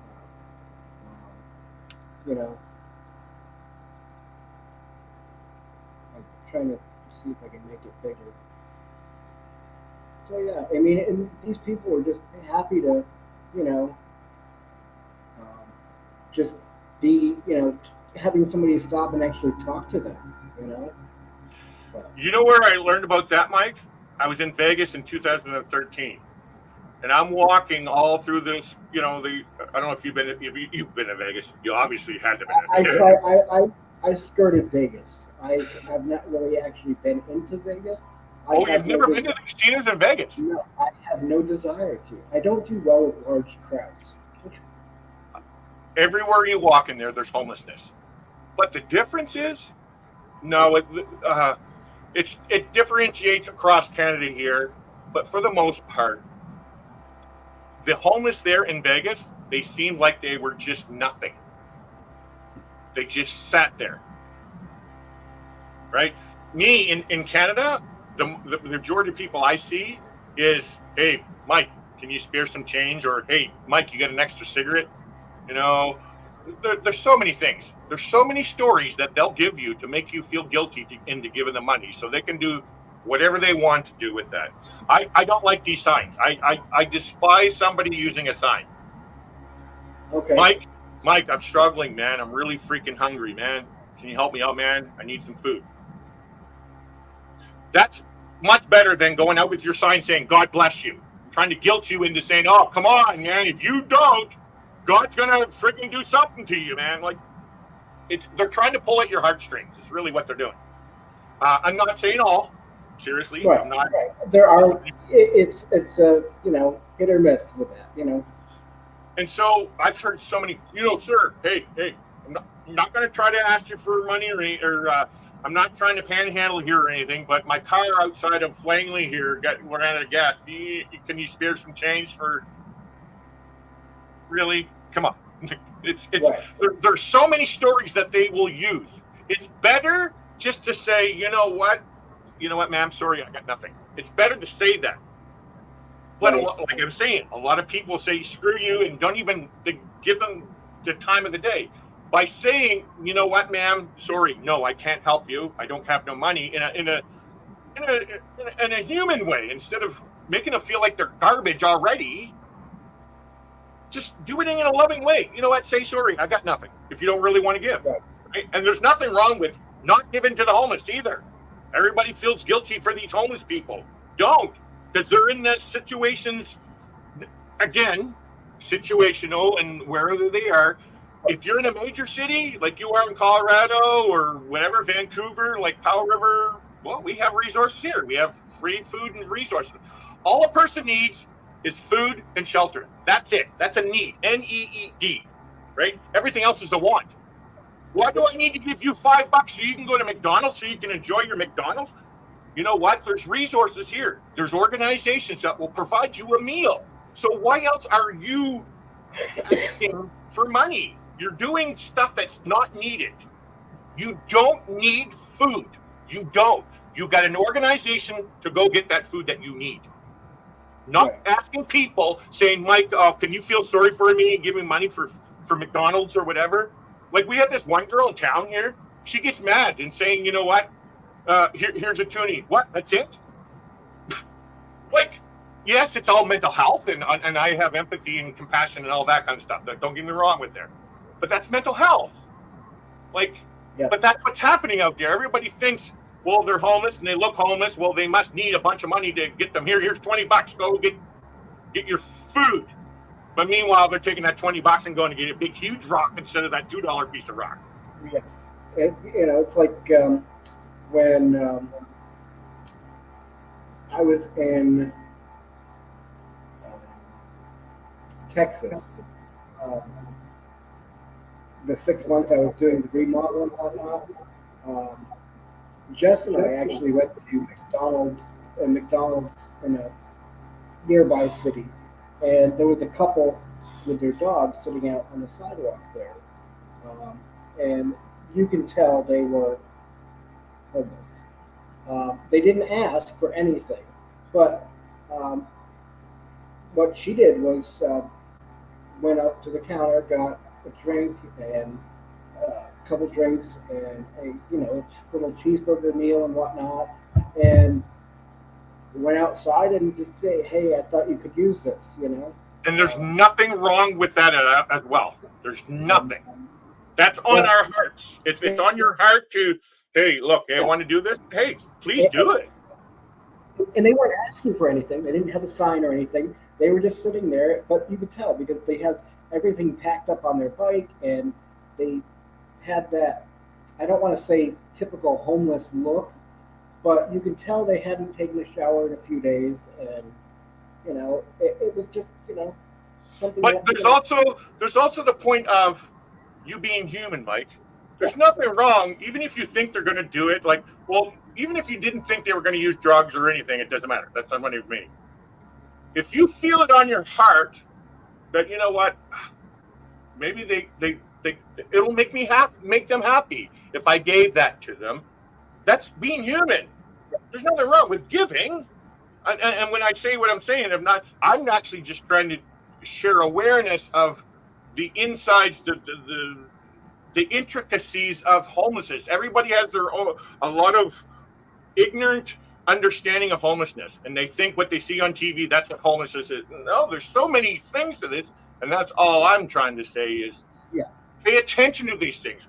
We can give a homeless person money. We can. I highly recommend you don't, in the sense of giving too much. Give them a toonie. There you go.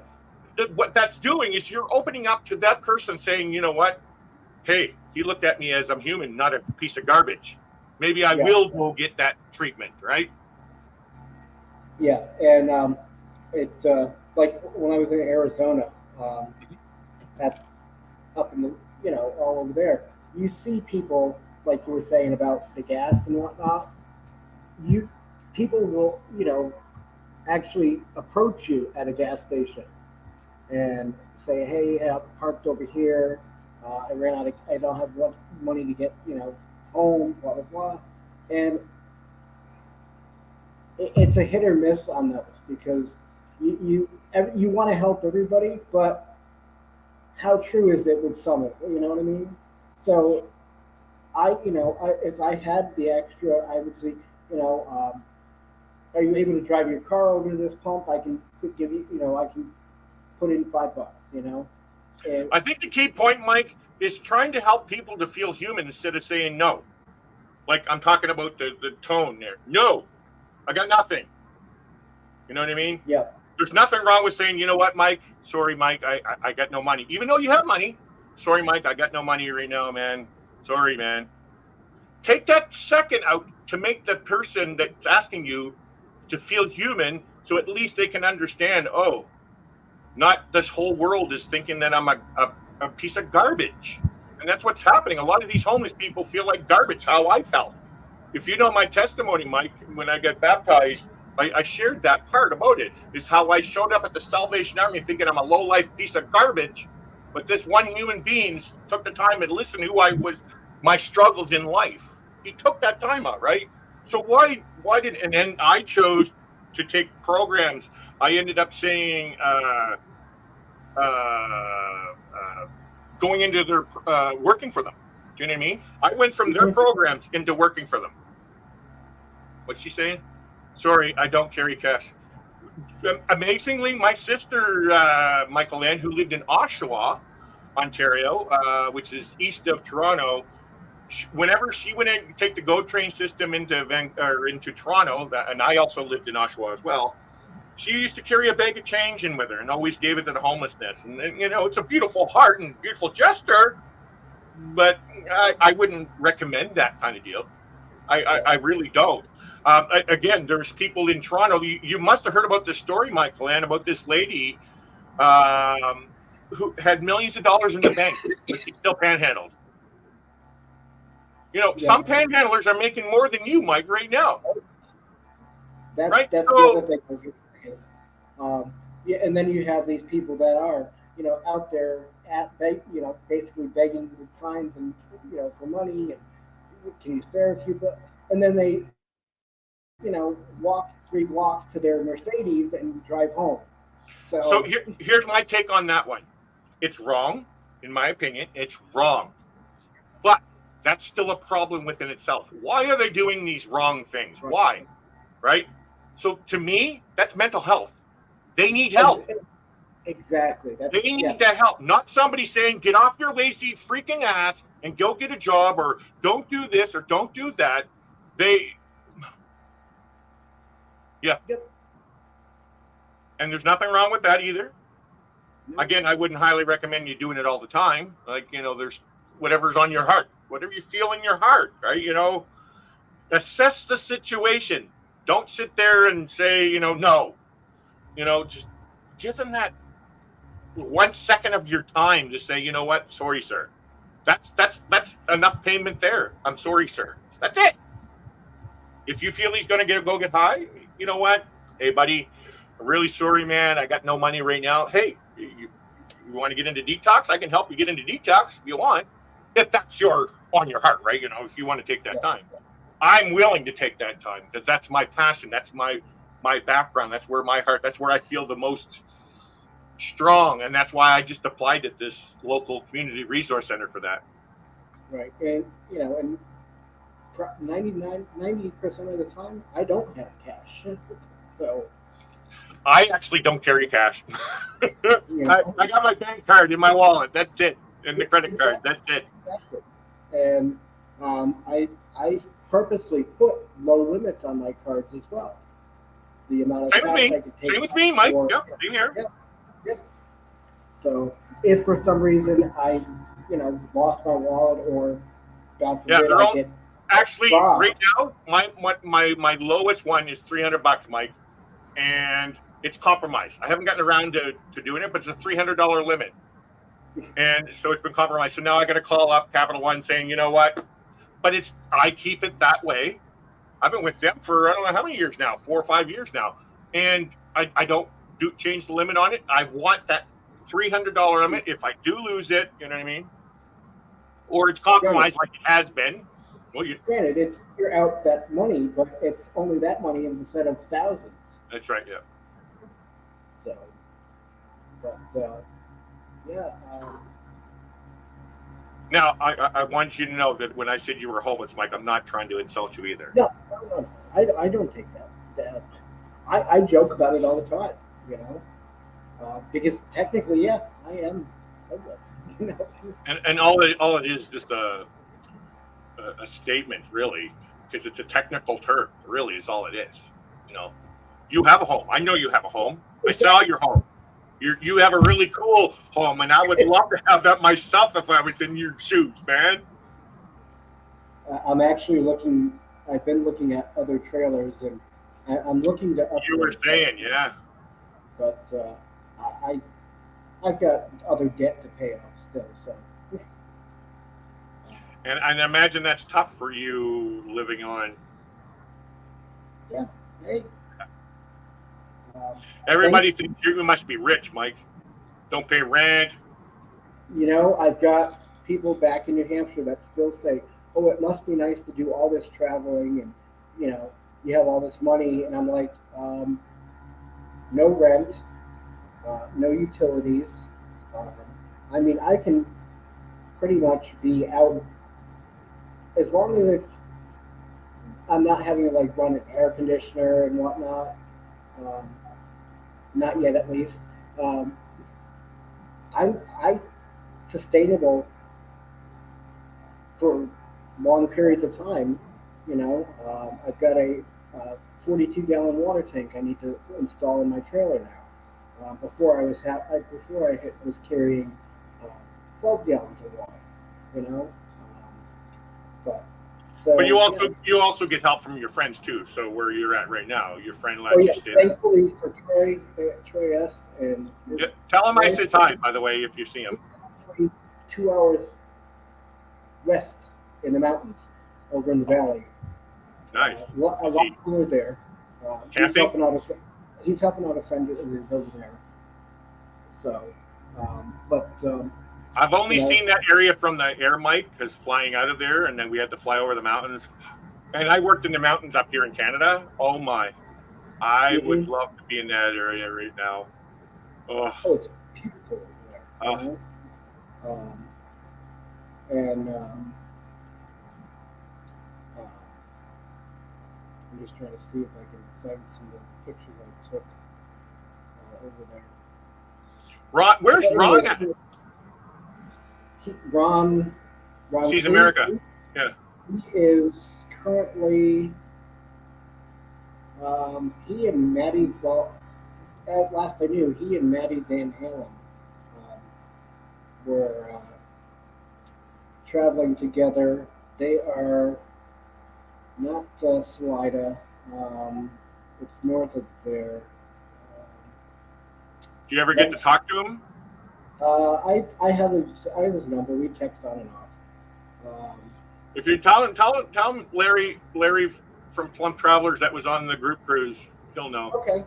I have video. I'm working on video from our 2022 group cruise that we went on, and Ron, this other channel, and then Rebecca.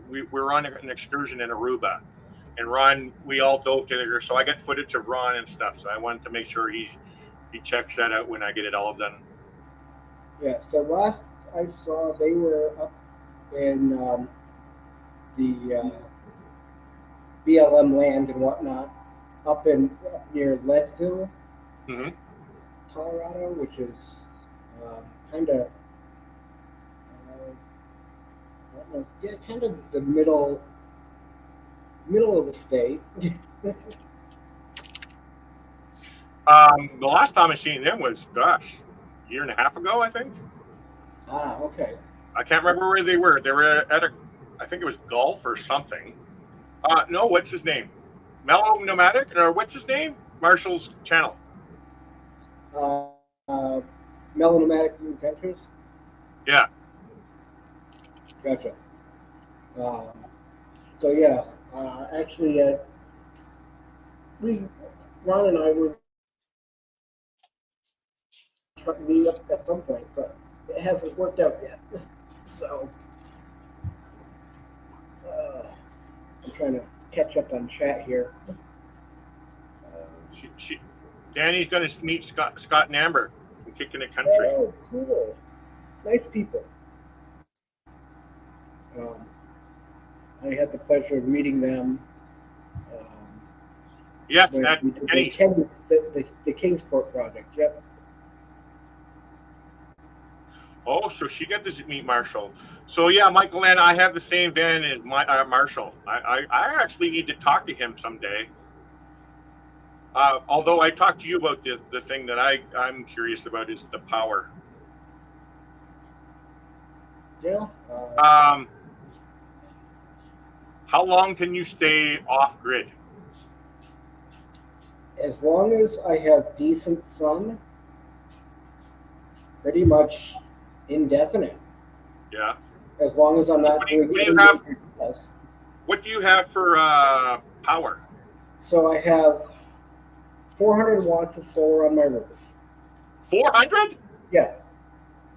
Plus I have a 300-watt portable panel I can hook in line, giving me basically 700 watts. Now, granted, it doesn't pull all that in. It probably does. The highest I've seen under perfect conditions is about 5 550, 575, but still. And then I have I built a 300 amp hour lithium battery. Oh, that's right. I remember you saying you were going to build one of those. Yeah. The Um, batteries that cost thousands of dollars, and you probably paid like a percentage of that. But at the time, I spent probably, I think it was like $450 to build the 300 amp hour battery. Yeah. At the time, you could buy a 100 amp hour lithium battery for around between $700 and $800. Now they're up And over up- 1,000. Well, no, now everything's coming down, thank God. Oh, it must be American, because up here they're not going anywhere down. Because right now I can go on Amazon. Let me see here real quick, because I actually was looking at an upgrade. So let me see. I have it saved.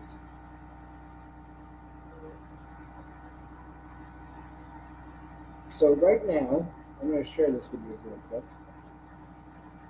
While you're doing that, Mike, I wanted to ask Joe. Joe, have you ever been to America?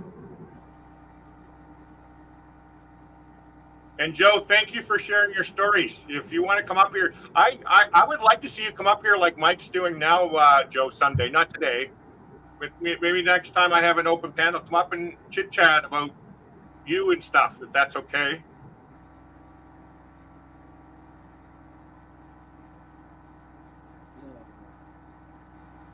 So there's a battery I was looking at actually. That's basically what I have, but I built, and it's not all nice in one case. But $500 for a 300 amp hour lithium battery. Wow. So for me, because I don't know a lot about this stuff, but the amp hours is what I need to worry about, right? So for my machine, I think I can't remember how many amp hours my CPAP machine throws out, and that's all I really need power for is my CPAP machine. Yep. And so that would help with me, right? Oh, definitely. Yeah. But now, how many days can you get into that? Do you think? Well, it depends on how many amp hours my machine takes, right? exactly, and how much how much sun you get. So Well, I live in Vancouver, as they call it.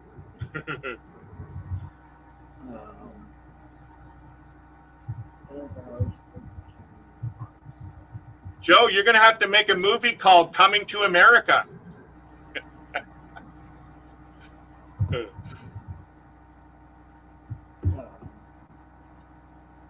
Have a good one, Michael Ann. Take care. Have a good day. Thank you for joining us. take care, Michael Ann.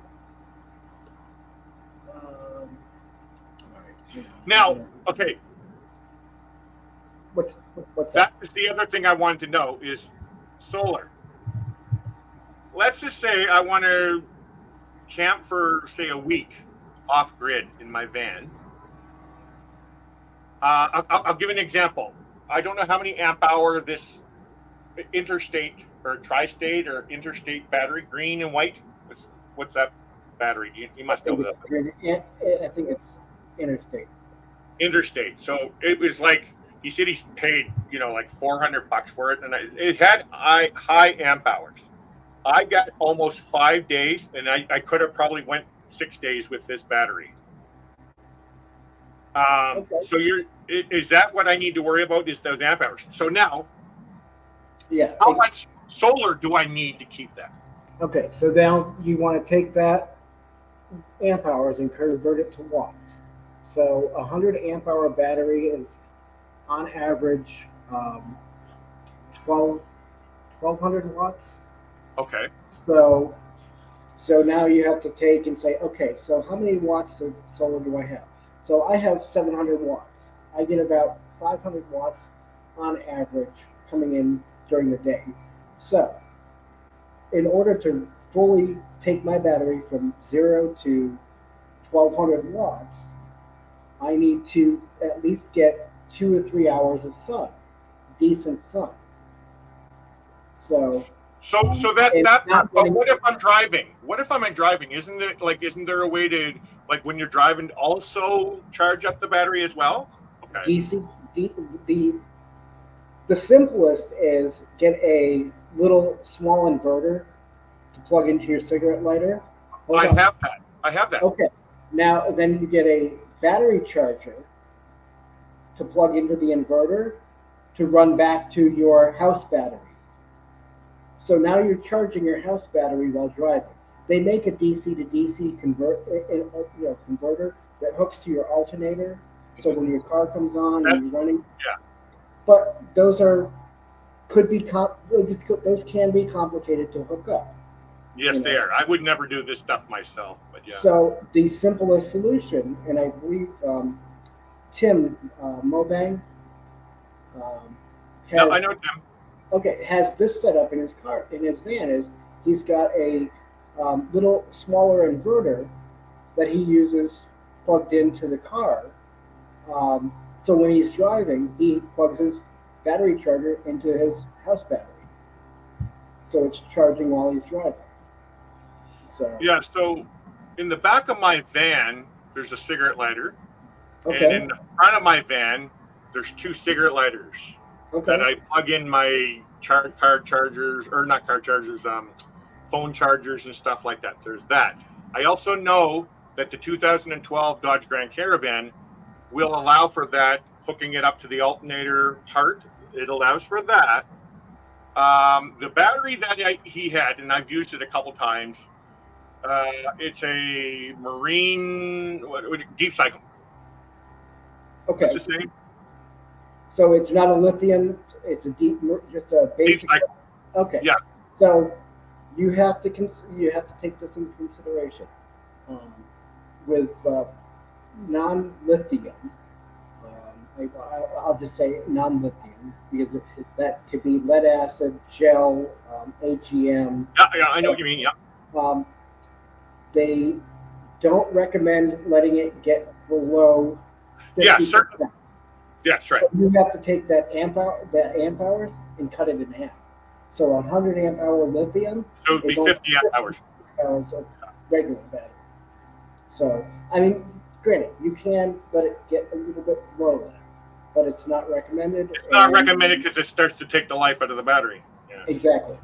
So. But with these lithium, I don't have to worry about that. You can run it. It's like your cell phone. You know, you let it get to 0, plug it in, charge it up. It's good.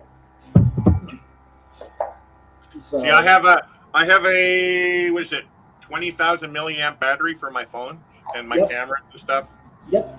But I don't know how that works. You know, I've got similar. I've got a little jump pack that I bought to if I need to jump start my car, and that's like I can't remember what the exact power is on it, but it's also a flashlight. It has USB ports so you can charge your phone. Yeah. Yeah, I actually love it. It's from, what is it? It's from, I can't remember the name of it. It's everybody gets this popular brand charger. Now my father-in-law who let me use his battery, he said he paid like $300 or $400. Wouldn't I just go for a lithium ion off of Amazon? Right. Right, and then I don't have to worry about any of that stuff. So one battery will work. That's all I need to live off grid. Basically, if you're running minimal stuff, you can get away with either 100 or 200 amp hour battery. Now, if you want to start running, microwave and wait, there's the refrigerator. You would have to have your refrigerator for cold food. Yep. Or your beers or whatever. Those average about. On average, I would say 40 watts an hour. So basically, you'd have to take and write down, what your needs are, not wants, needs, like the food and shelter. Yeah. So basically, what you could get away with minimal, because you can always start your car and plug your phone in to charge it up. That's right. You can take and most laptops now are USB-C, so you can charge your laptop easily from your car. Um, Granted, it's going to cost you a little bit of fuel, but so refrigerator is going to probably average, most fridges average about 40 to 60 watts, say, you know. And then you'll have to find out what your CPAP machine draws. It's pretty low. I also have what do you call it? I have an adapter or an inverter that I bought for the machine that comes with the machine. So right now, it goes in from the machine into whatever that block part is into the wall. Okay, there's that. Okay. But I also paid an extra $100 for this thing that I can hook up to batteries. It's got the black and red, right? And it's got the cigarette charger, and I just plug that into that, right? So instead of just plugging into that, I can plug the cigarette lighter into whatever, like you're saying, like, yeah. Now, uh, what was I saying? As far as the brick goes on your CPAP, is it a like a going from the brick to the CPAP machine? Is it just a single round plug, or is it like a 2-prong piece that pushes in? Does it look like this kind of thing? Yeah. Yes. Okay, so I don't know how old it is, but take a Oh, look it's at really brand new, actually. take a look at the brick, and on the back of it, it'll say input output. Look at the output.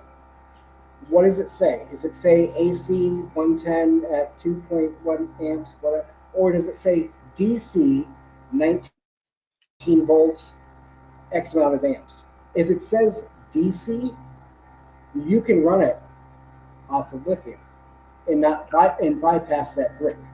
I gotta go pee, Okay. and I don't want to end the show yet. So let me go pee, and then I'll bring it here. It takes 2 seconds. Okay. Go for it.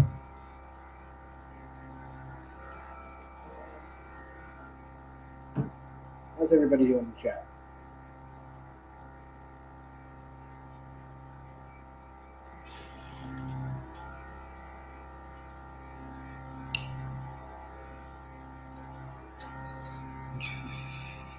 That's right, Danny. Intermission. Everybody go get a drink. Go to the bathroom. Get some more popcorn.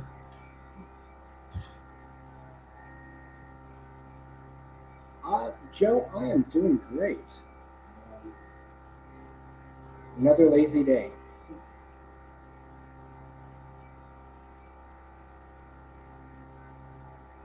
How are you?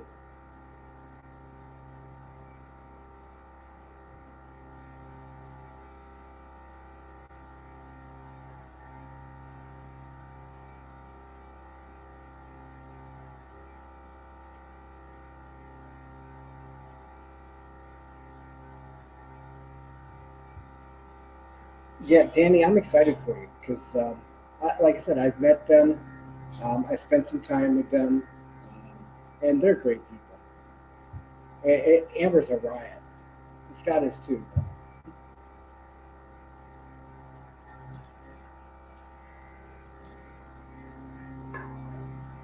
Their kids as well.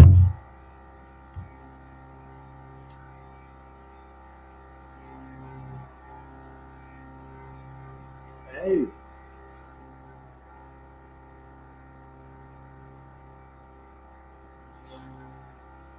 That's gotta suck, kind of, Joe.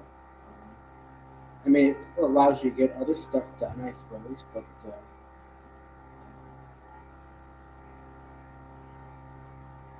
it's hard to live if you keep getting shut down and stuff.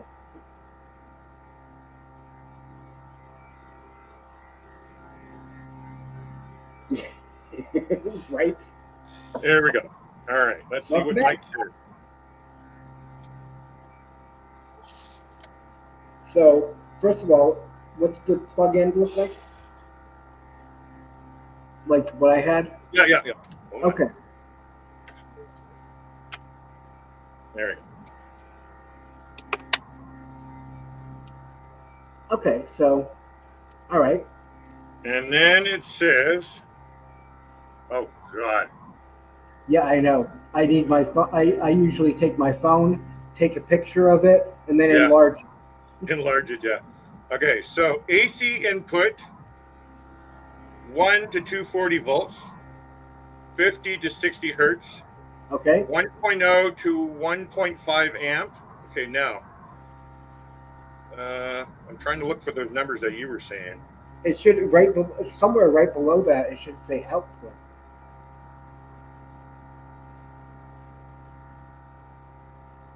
Can you do me a favor? Okay, yeah, DC output, because 24 volt, 3.75 A amps, So, what's that again? 24 volts at what?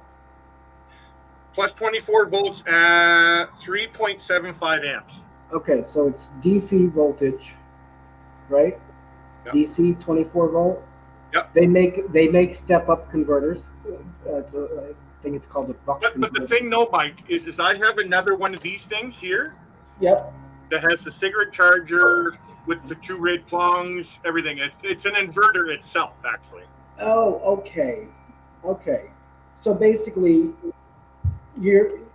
what you're saying is you plug one end into the CPAP machine, you hook the other side to the battery. Yes. Yes. Then that's your 12 volt right there. You can So that's how basically. and that's how I used it. I was just wondering, because like I've been using liquid, whatever you want to call it, liquid acid Yep. battery. I've never used the lithium ion. Right, and so yeah, and Joe, it's correct. Yeah, that is right. AC and DC. Yeah, ACN, yeah. And so basically, you could modify that and clip the alligator. It clips off of it. Wire a what they call an XT plug, or Yep. And hook it to plug it into whatever on your battery settings instead of running off the car. And you'd want to look on that power pack with the DC side that you plug in to the hook to the car battery. That'll also have something like you read on the back of that. Yeah, it comes with a cigarette charger thingy. It's got a button where you can turn the power on and off. Yep. Then this part here plugs into the cigarette charger. Like this end is that, then the other end is the cigarette lighter. Then it's got the other part that I can take apart, and with the cigarette lighter on the end, I plug it into the other whole cigarette lighter looking adapter. Yeah. So it's a separate cord from the block that you hook to the cigarette. Okay, Yeah. So you're all set. Okay. Instead of plugging it into the inverter that hooks to your battery on the car, you can just take that cigarette plug, snip it, wire it directly to your battery or to a fuse block first, and to the battery, whatever you get for a lithium or a couple lead acids or whatever. What if I buy these power banks, the big power banks that you see people that's got cigarette lighters in? Because that's DC, right? The cigarette plug? Yeah, that's DC, right? DC, yep. So I heard that DC is better than the other part, like the cigarette plugs. Like, some of those power banks have plug-ins, the other ones have cigarette lighters. It's better to plug it in the cigarette lighter than it is the one with the regular plug-in, right? Yes. Typically, yes. And Draw then, less power, from what I understand. what you're doing is basically that brick that you plug into, that you hook to your car battery. So does it have like regular plugs as well? Yes. Okay, so that's an inverter. Okay, so basically you're taking any. Oh wait, no, sorry. So this comes with my machine, right? So it's got Yes. the regular house plug. This plugs into this. So, but the other thing looks nothing like this. And give me a sec. One end on the other part is that, like I'm saying to you, like just like the machine, it plugs in the machine. Then it goes out to a cigarette lighter with a button Okay. on it, turns it off. Then there's another part where that cigarette lighter plugs into a cigarette lighter looking hole with the things. And that has the two clips at the end, the red Okay. and black. Yeah, All right. that's how that works. So, question: have you tried plugging it just into your cigarette lighter outlet in the car and not? No, because I'm afraid it'll drain my car battery. I never got around to trying that. Well, with your vehicle running. No, I have not tried it in the actual cigarette, because in the back of my van, there's a panel that has a small little cigarette lighter in a cool, really nice place actually, and then up front, underneath the radio and stuff, there's two at the bottom down by the floor. Yeah.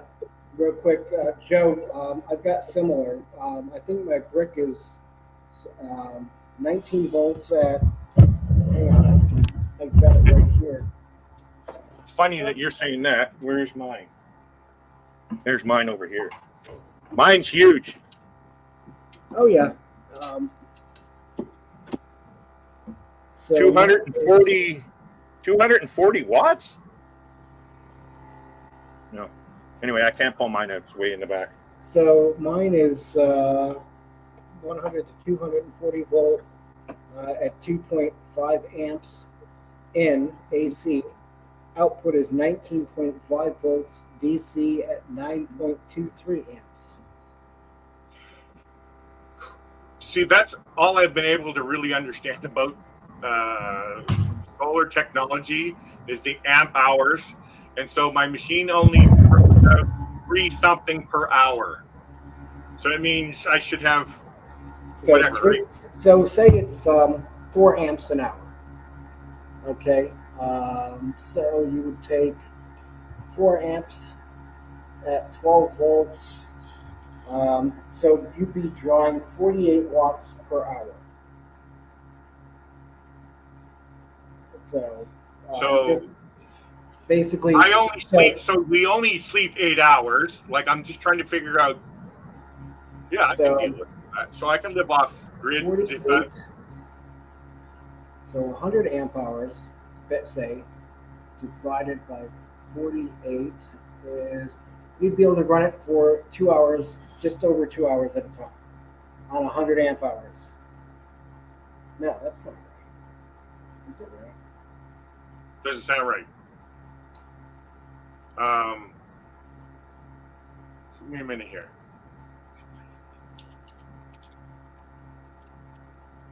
No, that can't be right. I agree. I did something wrong. All right. Joe's taking a personal break for a minute.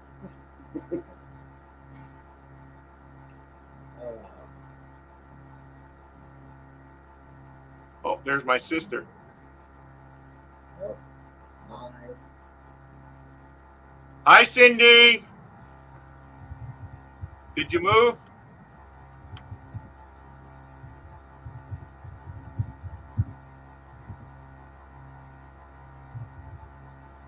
Oh, no. Okay. I was doing it by the amp hours, not by the wattage. So, okay. So 48, 1200 divided by 48, 25 hours, basically. You can run that CPAP on 100 amp hour lithium. That sounds better. 8 threes is okay. So 3 days of lithium. Yeah. Now, this is lithium that I don't have to worry about all that kind of stuff. Okay. So now, if you wanted to say, okay, so what about regular AGM, lead acid, non-lithium? So 600, say, divided by. That will give me 13 hours.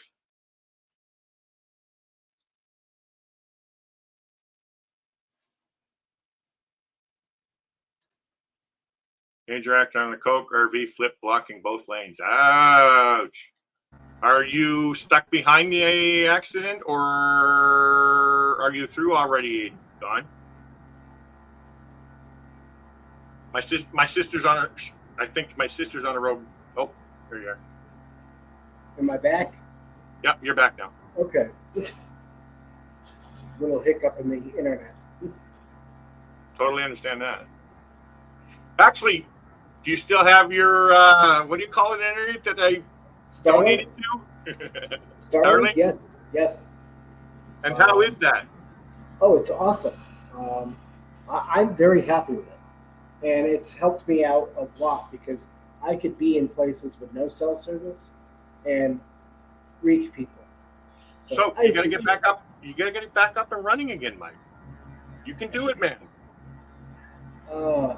You know, I'm trying to get the motivation and the all that to. I think I'm getting too comfortable, and that's a problem because I don't like that. And the fact that I don't want to wear my welcome here. So I got to get some stuff together with my vehicle, do a few alterations and modifications with the stuff I have to put back in my vehicle. Oh, I know what you mean by that. And then I want to get out and explore again. You know, people do like that stuff. You know what I mean?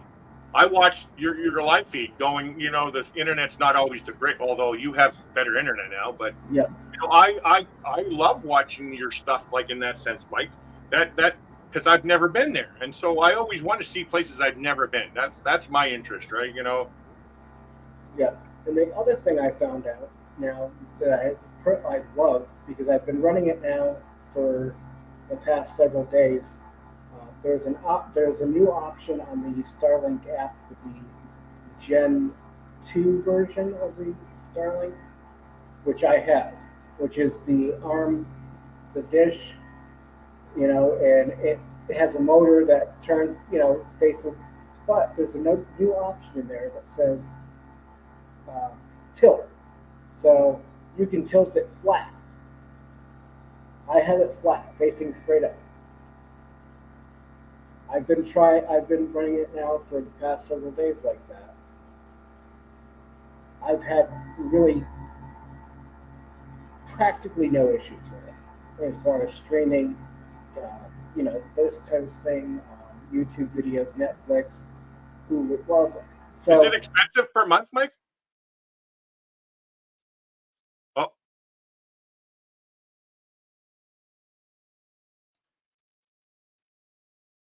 Don, are you where you were saying you were going?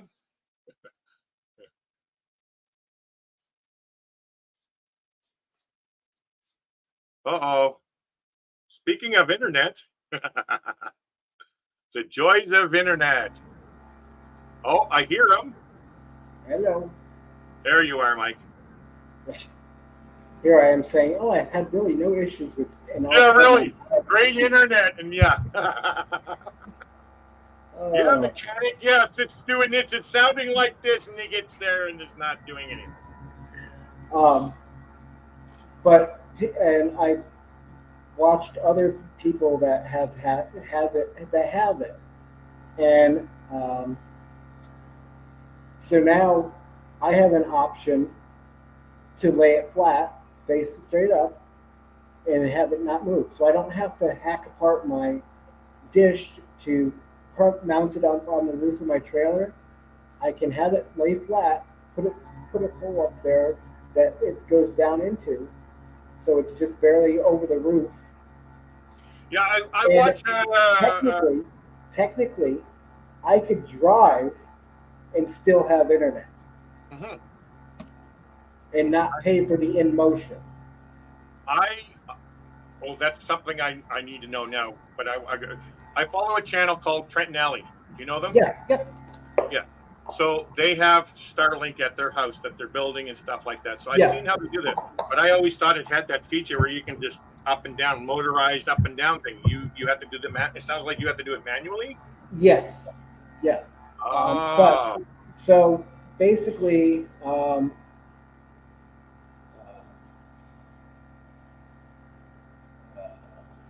me see if I can go out. I'm gonna try something here.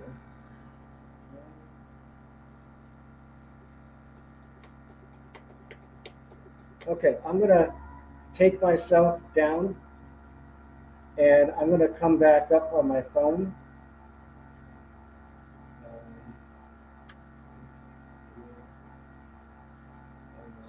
one moment, folks. One moment, please.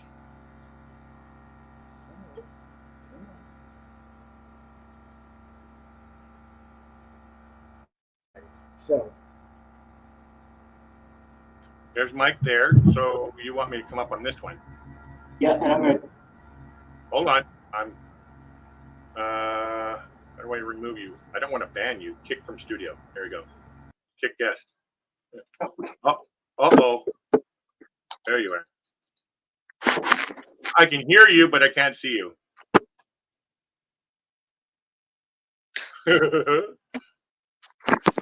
Can you hear me? I can hear you. Can you hear me? Hello?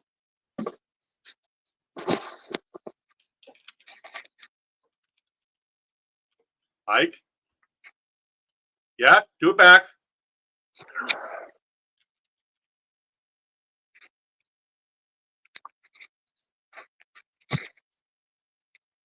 Larry, can you hear me?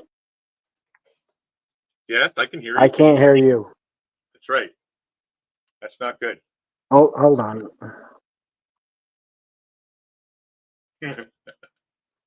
Oh, the joys, the joys. Danny, when are you going to start going live? Come on, we got to see you on camera. I saw you on camera, Danny. You can do the same thing. Share stories like we do, Danny. I will come see your shows. Same with you, Cindy. And Joe. All right, let's see. There's Mikey. There we go. Yep. There we go. All right. So I'm going to go outside. No, not in the sun. It's too hot. Uh, Oh, not the 80s. No, thank you, Mike.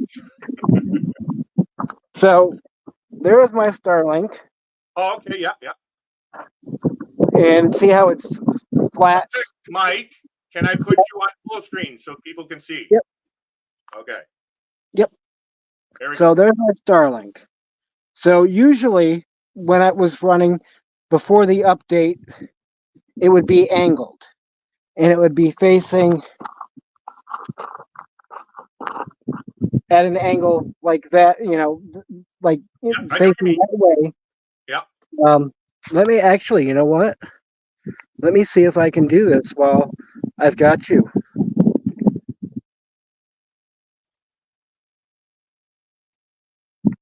Um, come on, come on.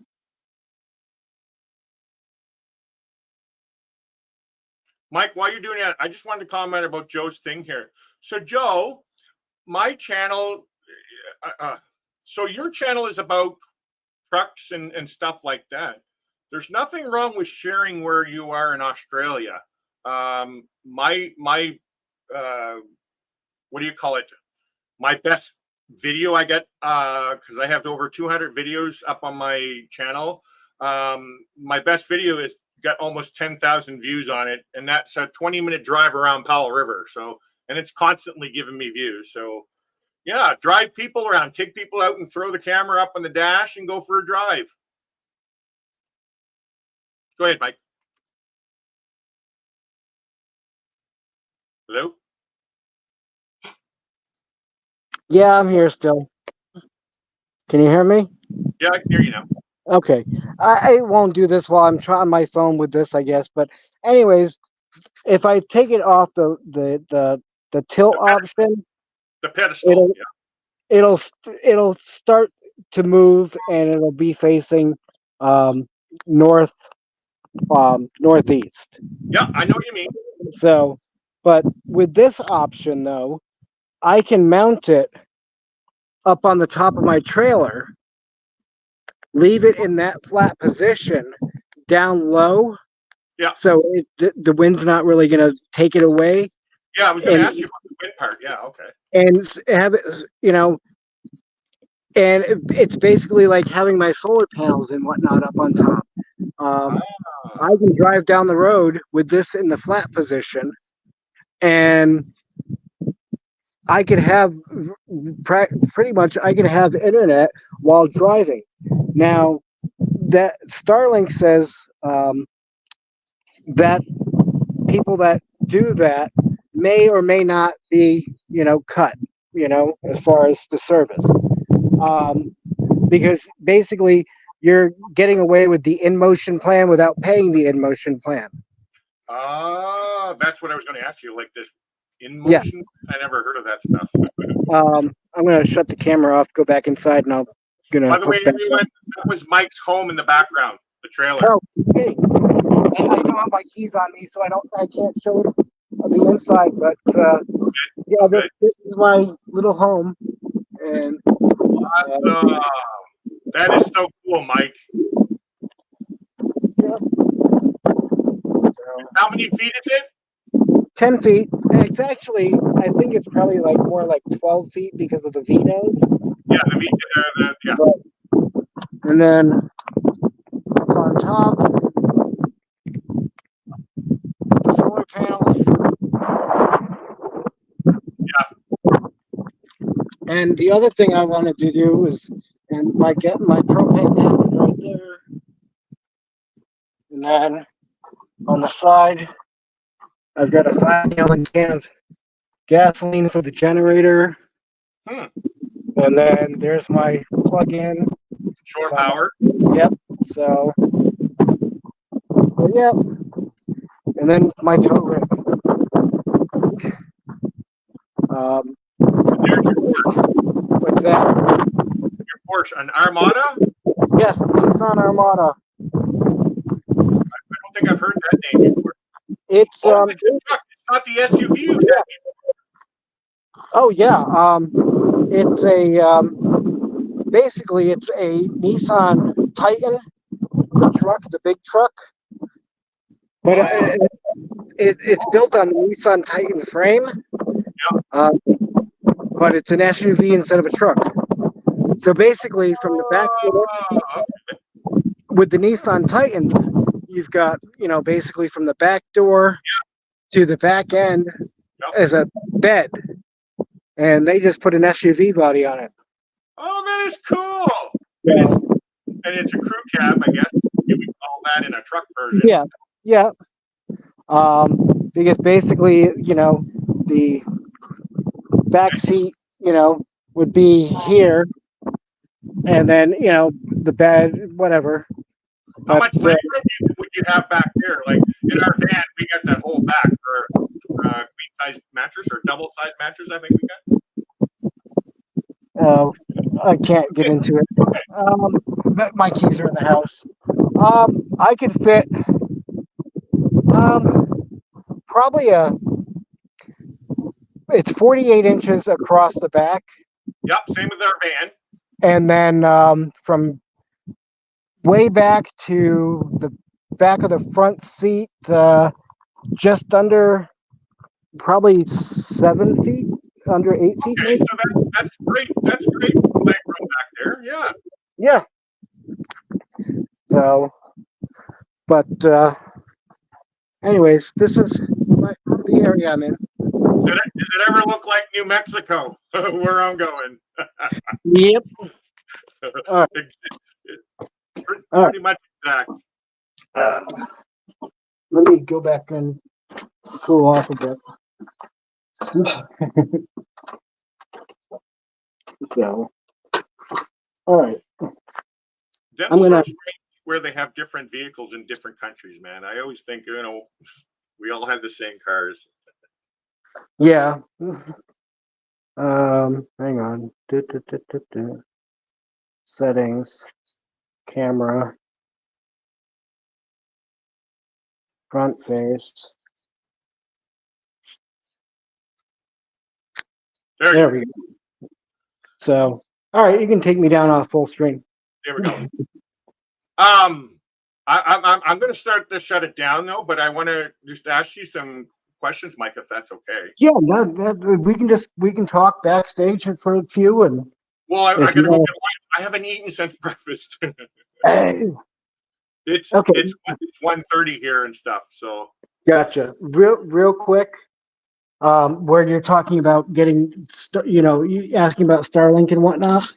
yeah, Real quick, I was going to show this real quick, and then you yeah. can shut that. Oh yeah. The newer systems that they're sending out Have a good one, are, Joe. are like that. Oh, okay. So that is the Gen 3. It Okay. doesn't have the pole under it. It doesn't have the motor in it to swing it and whatnot. It has a kickstand that Okay. you put down, and then you just angle it. And on the app, it will say, move it this way or that way, and then once you get it right, it says, Yes, you know, detected. Yeah. so yeah, And um, the prices have come down, or are they still up there, Mike? depending on the area you're in. Now I know Colorado, uh, had a sale going on, and I don't know if it's still going on or not. You can buy it, the dish and whatnot, for $2.99 That's plus the last whatever. price I heard they were. It was $2.99. Yeah. So Raymond, paper bag nomad. And I told him about it, and he looked it up, and it was Oh. Uh-oh. $4 less. But so it you'd have to check and see if it's that low in your area. Yeah, yeah. Whether Now, it's I saw that there's a map on how it's done and stuff. Mhm. My other question is, because you were saying in motion coverage and stuff like that. So how does that work? Okay. So the in motion is a bigger dish. Okay. I don't know proportional because the Gen 3 is a bigger dish than the Gen 2. So I don't know how that works. But it's basically looks similar to the Gen 3, Yeah. but you can mount it flat and you can drive and still have internet. But I'm meaning the prices. Like I'm talking about Oh, price. yeah. Okay. So let me bring up Starlink's homepage here, and And you don't need to worry. You don't need to worry about like conversion, like different things. Just say the numbers that you would know. so the in motion supported with mobile priority service plan, blah blah blah. Okay, so if I was to order that,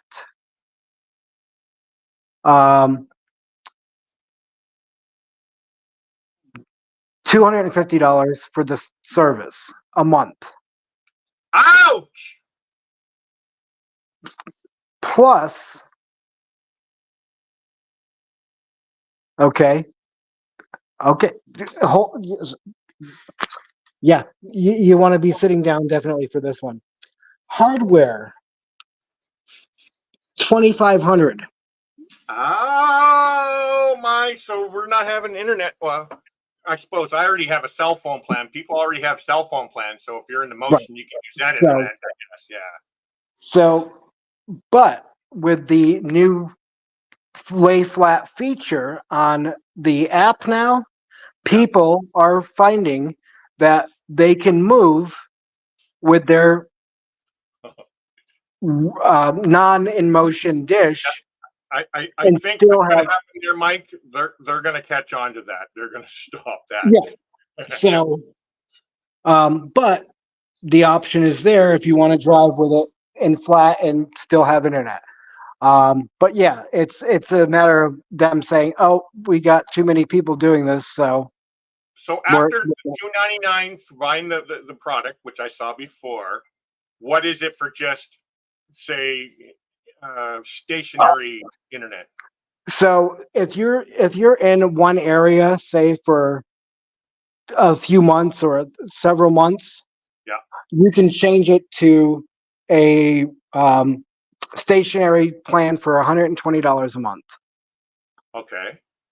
If So you in want your to case, be, when you're nomadic, you would have to go. um, It's different prices in different states, wouldn't it? Isn't that how that works? nope, nope. It's still $120 a month. Whether I was in Florida at the time, I was paying $120 a month because I was stationary down there for a while. I Okay. came to Colorado.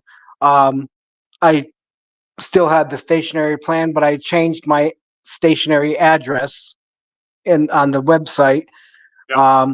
and it updated, and it's still 120. Now when I go to change, so now when I go out to, like, say I want to go up to BLM land somewhere for a while, I would have to change that to the 150 price because I won't have an address to enter. Why do you have to have an address? Like, so you Because can't use somebody else's address? No. Oh, because it's where you're at, and they can't detect where yeah, you are. yes, because it's out in the middle of BLM land. Yeah, and So they can't detect where you are, and it needs an address. yep. Gotcha. So if you're visiting friends or family for a few months, or you're at a place that you can use an address, that's 120. Now the only thing about that is, on the 120 plan, you can't pause it, so it's billing you monthly. On the Monthly. mobile on the mobile plan, um, mobile regional, you have the option of, say you don't you're out somewhere and you want to shut it off for a month. You can, because you can put it on pause and you won't be billed for that month, you know Oh, okay. Yeah, because so so let's just say I'm spending 2 weeks at your house, and then I'm going to New Mexico for 2 weeks, and then I'm going to California. Like, how does that work? You still have to just pay monthly, right? well, for your so you're saying, you being here and then going to, your daughter's place in New Mexico for a Yeah, few weeks, and then going to visit another friend out in California. yeah. So you would technically, when you get here, you would go into your app and pause your service, Pause the service until you get somewhere else, and then and then so you wouldn't be billed for the 2 weeks here, the 2 weeks at your daughter's. That's a month, yeah. and then 2 weeks in California. That's 6 weeks. So you're almost 2 months with not having to pay for it. Hmm. But that's the difference between the 150 price and the 120 price. The 150 price, you can pause it. The 120 a month, you can't pause it. You know what, Mike? This is cool. My sister Cindy in here. Oh I, yeah. I think this would be a great thing for my sister Cindy. What you do, Mike? Ah, My sister Cindy, she's the loner. She likes being by herself and all that kind of stuff. All the stuff you do. And I think my yeah. sister should do it. Live in a vehicle, get another vehicle, Don. Sell your car, get a van or whatever. Actually, a van will work like ours, Don, and just drive and spend your time here and there all over the place. Come visit me. Then you can go back down to Vancouver, whoever's living in Vancouver, or whatever. Like, whatever you do, and just drive around, Don. Live the free world. I would love to be able to do it myself, actually. I'm gonna change real quick here. I'm actually going to get going. My lunch is getting ready. Oh, what you doing? Okay, you're going here. Hold on. There. There you go. I got tired of holding my phone. Oh, your robot ears that I used to watch you with. So, What's this? I would love to have another van. yeah. See, Don, you need to get in here. Watch these guys in the van life world. I'll get you. I'll share a link with you with nomadic adventures. Mellow Nomadic. Mellow nomadic. Yes. Yeah. Marshall. His name's Marshall Don. He's got a van just like our van, 2012. You can see, Don, I have the mattress that we can put in the back of our van. Fits in there perfect. Everything. It would be perfect for you to live in a van, Don. I knew. Well, there's a YouTuber, Nikki Deventhal. For the longest time, she was living out of her Prius full time. Yes. So, yeah. Isn't that the girl with the dog? Yes. Yeah. Now Yeah. she has 2 dogs, and now in a van. Yep. I recommend a van. And so, Don, you can get like what I have, a porta potty with a shower tent that I just got off Amazon for next to nothing, blah, blah, blah. There's your washroom. Boom. You got water. Mike, you can sell that. And Danny's on top of it because she just dropped Marshall's link. So there we go. Don, check out his link, Don.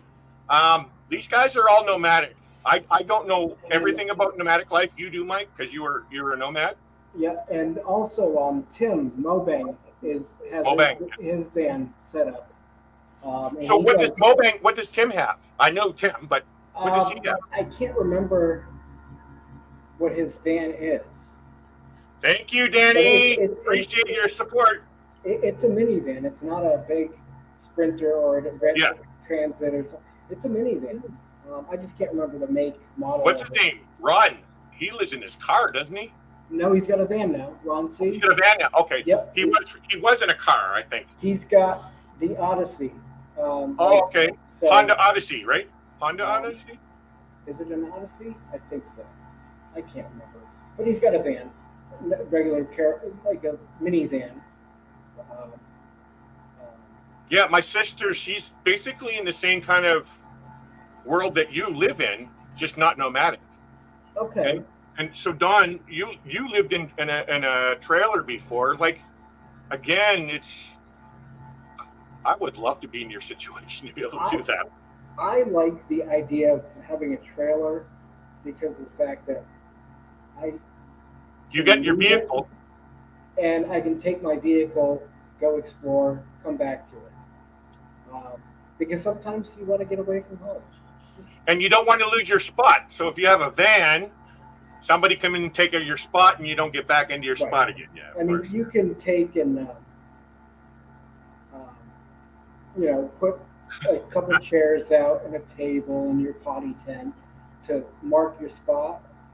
And 99% of the time. Wait, don't we just lift our leg to mark our spot? 99% of the time, you can leave it like that for hours or overnight and come back and it'll be good. But there's always that 1% chance that somebody's going to take it. Yeah, so, you're right. But maybe you can talk to Cindy about Mike's moving in. How do you deal with that problem, Mike? So far, knock on wood, I have not had that issue. Never had an issue with them? No.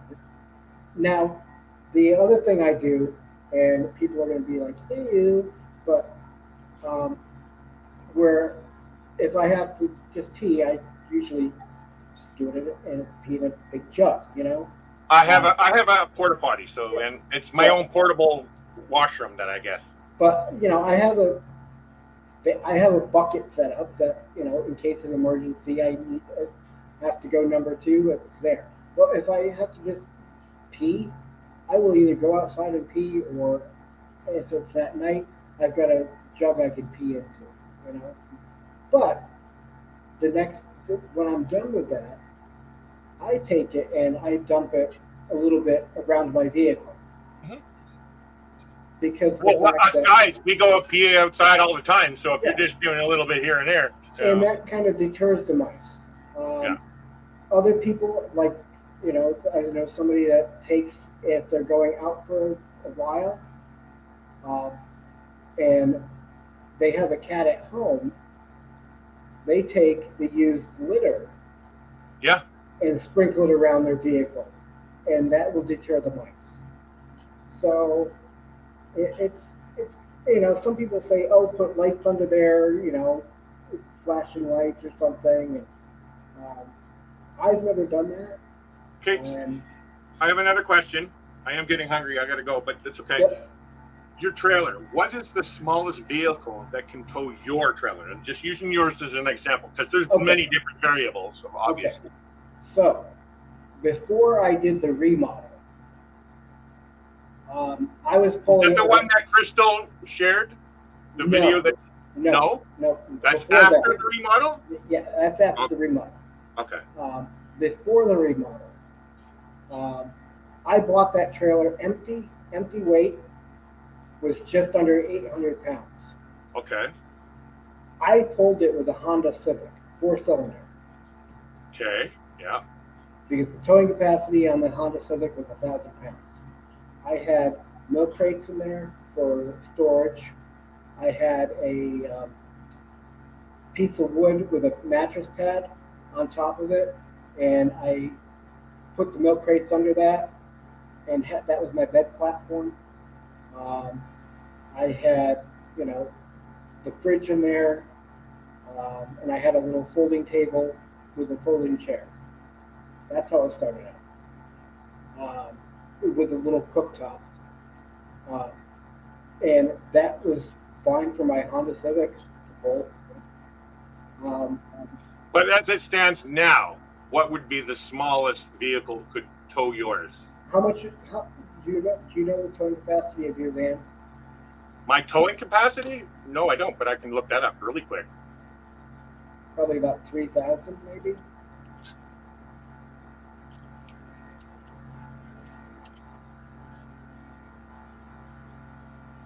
I would recommend pulling it at least with a 6-cylinder. 36. Wait. Yeah. Maximum towing capacity is 3,600 pounds. Maximum payload capacity is 1,540. So that the maximum payload is what you can put in your vehicle. Oh, inside the vehicle, not the trailer. Yeah. Okay. So towing capacity is 3,600 pounds. 35. Yeah. So yeah, you'd be able to pull my trailer without a problem. Because my trailer, I weighed it in Oregon, and it weighed 2,000 pounds. Actually, that would lead me to another question. In America, I don't even know how it is in Canada either. But if I wanted to get a weight, does it cost to go to the weigh scales that truckers use? Some do, some don't. I know in Oregon, they had several weigh stations along 101 that you could pull into, and nobody was there, and the scale still worked. So you could drive up on the scale and be like, oh, it's this amount of weight. Okay. And then drive off. I've been through scales before. I had truck driver friends and stuff.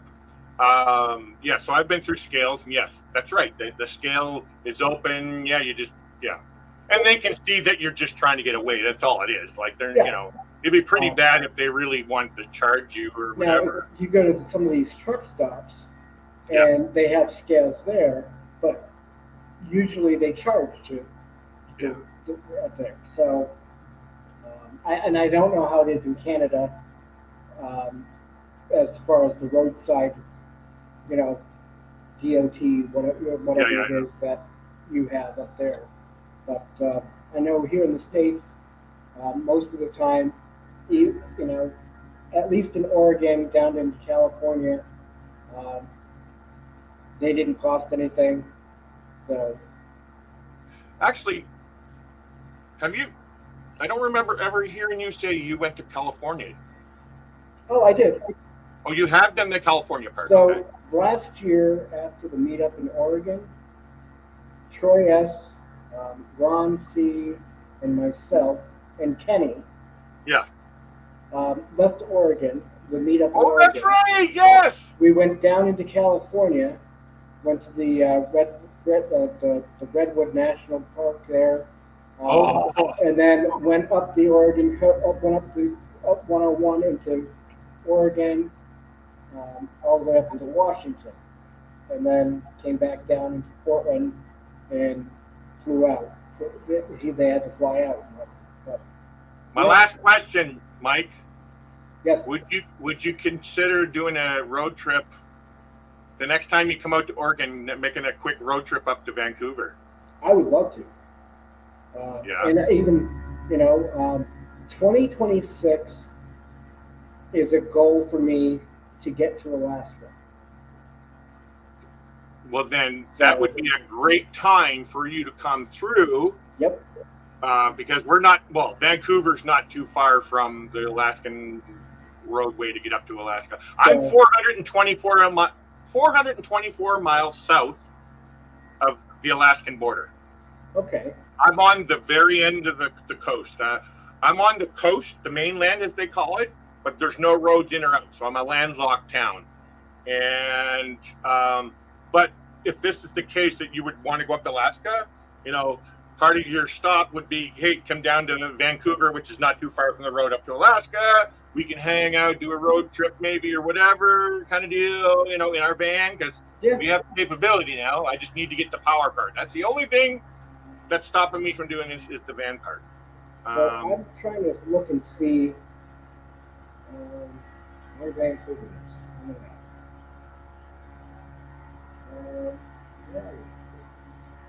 Okay.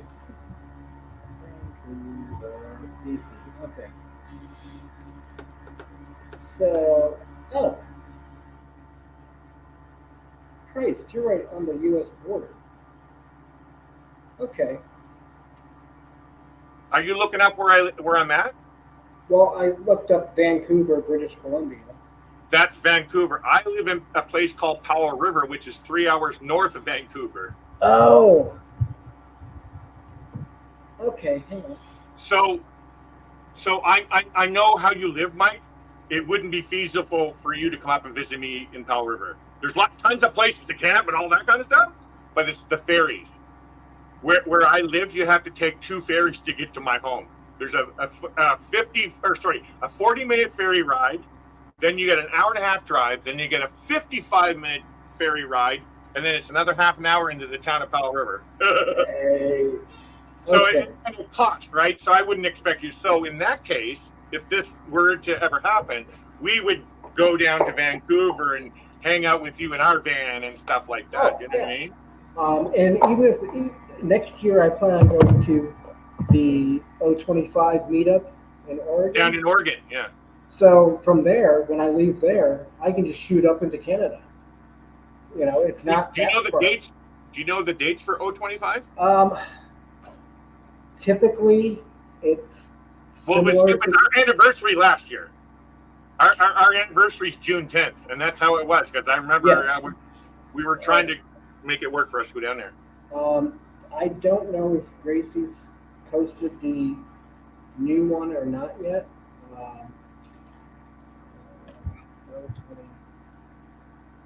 So, yeah, there's no 025 meetup page title yet. So, who runs the meetup, Mike? Gracie and Jock Adventures, I think it is. Oh, okay. I don't know them.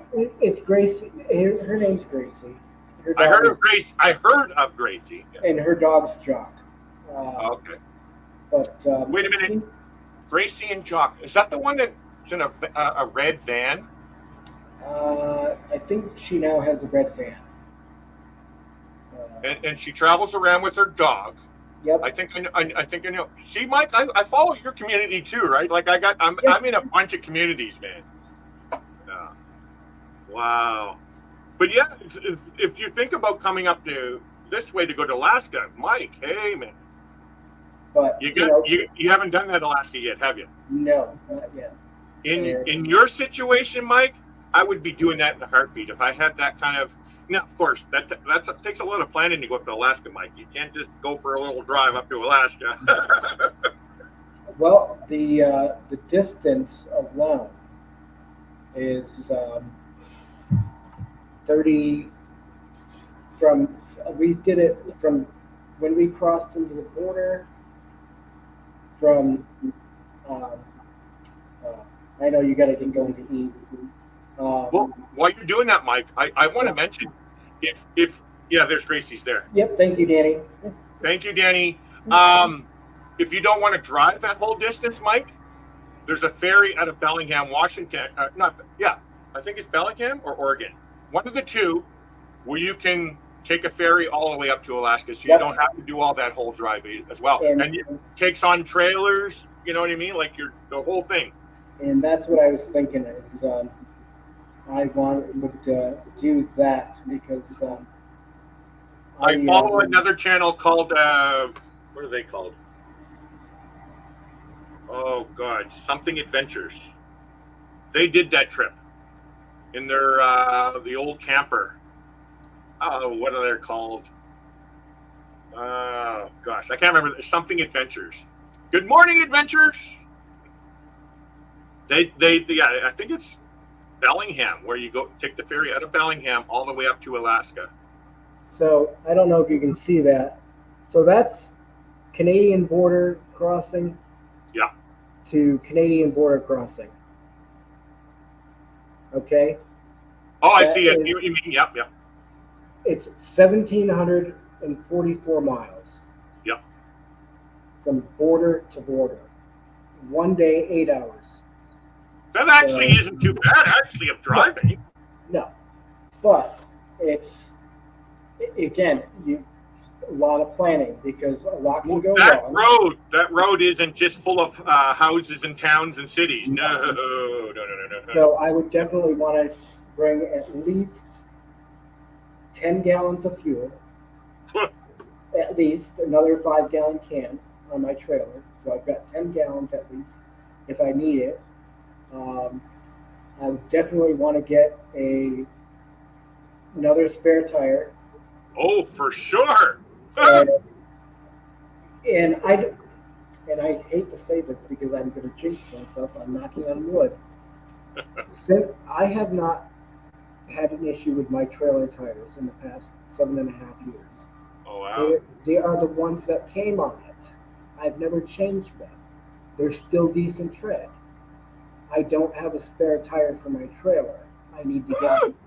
Yeah, you got to get one for that, Mike. Yes. We were going to visit my mother-in-law in Maple Ridge, which is just outside of Vancouver, a couple years ago for Christmas, and we got 5 minutes from our house, and our tire got flat. Yep. Oh man, what a nightmare! In the winter, in the Canadian winter, Mike. So it would be right after I leave 026, the meetup in Oregon in 2026. That's the time I would be heading towards Alaska because that sounds awesome, Mike. Keep that open for here, man. Yeah, the best time I was told the best time is June to July for Alaska. So that sounds like a great time. Seriously, that can be doable for us. There's so many things going on for us right now, Mike, that I get good vibes about that. Again, we just need to get power in my van. That's really the only thing that we're missing right now is the power. Yeah, we could use a fridge, but we usually eat out a lot. Oh, you know who's in currently in Alaska? Doing is what's their names? Jarhead and Ginger. Yes, yeah, they just shared some videos. Yeah. Yes. Okay. Yes, they're the ones that are because I remember because I had to go look in my messages because.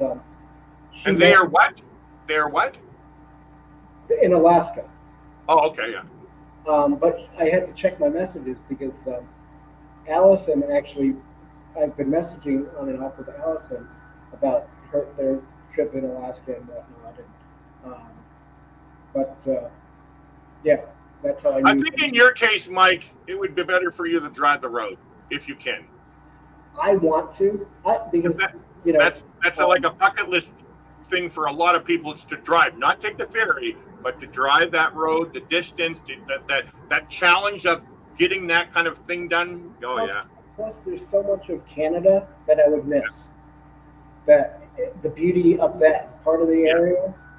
Yeah, I agree. So where my mother-in-law lives is a place called 100 Mile House, which is roughly from our house to her house, it's 9 hours. Well, actually, year before last, it took us 14 hours to get from her house to our house.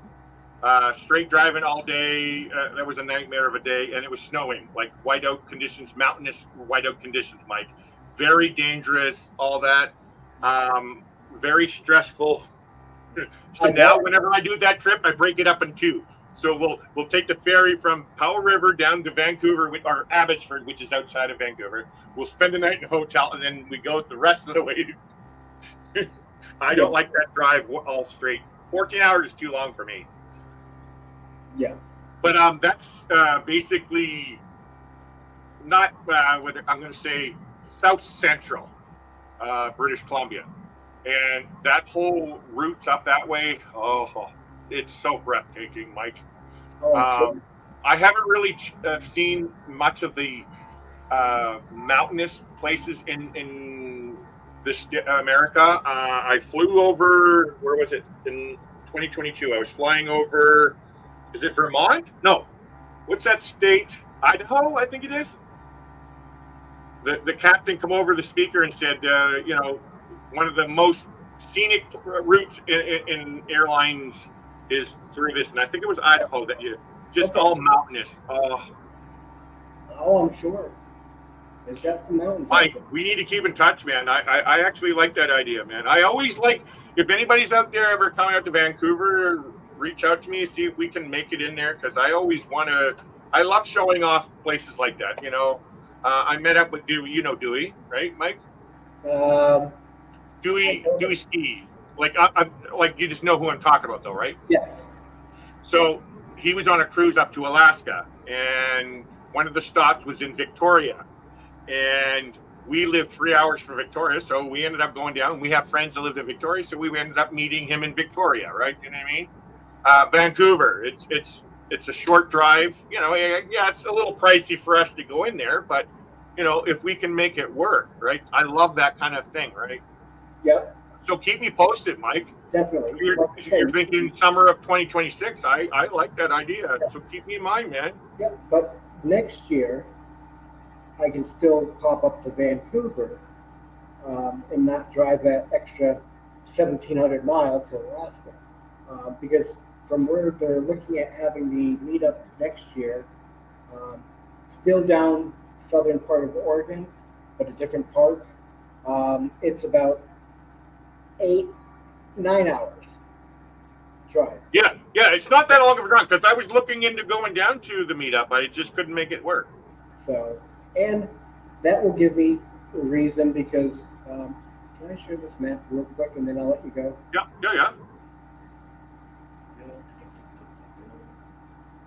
Share. Okay. So, let me get this. Have you been to Seattle, Mike? No, not yet. Oh, Seattle's I love Seattle. Once you get to Seattle, then you'll see what Vancouver's like. So, while I'm traveling up there is a spot over here. Yeah. That I want to get to, Cape Flattery. Oh yeah, I've heard of it. I've never been there, but I've heard of it. Yeah. That is the north. Oh yeah, the most northernmost part of America. Yes. Now I've already been to the furthest northeastern part. Yeah. Which is Lubec, Maine. Oh, Lubec, Maine. Yes. Yeah. And I've been. Ironically, can you see Calais?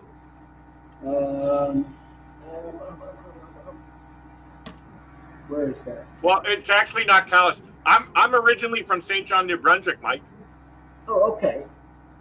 All right. St. John, New Brunswick. There it is to the right. Yep. Right there. Right there. That's where I'm from. Oh, all right. How'd you end up on the other side of the country? I can tell it quickly. The maritime provinces are very poor.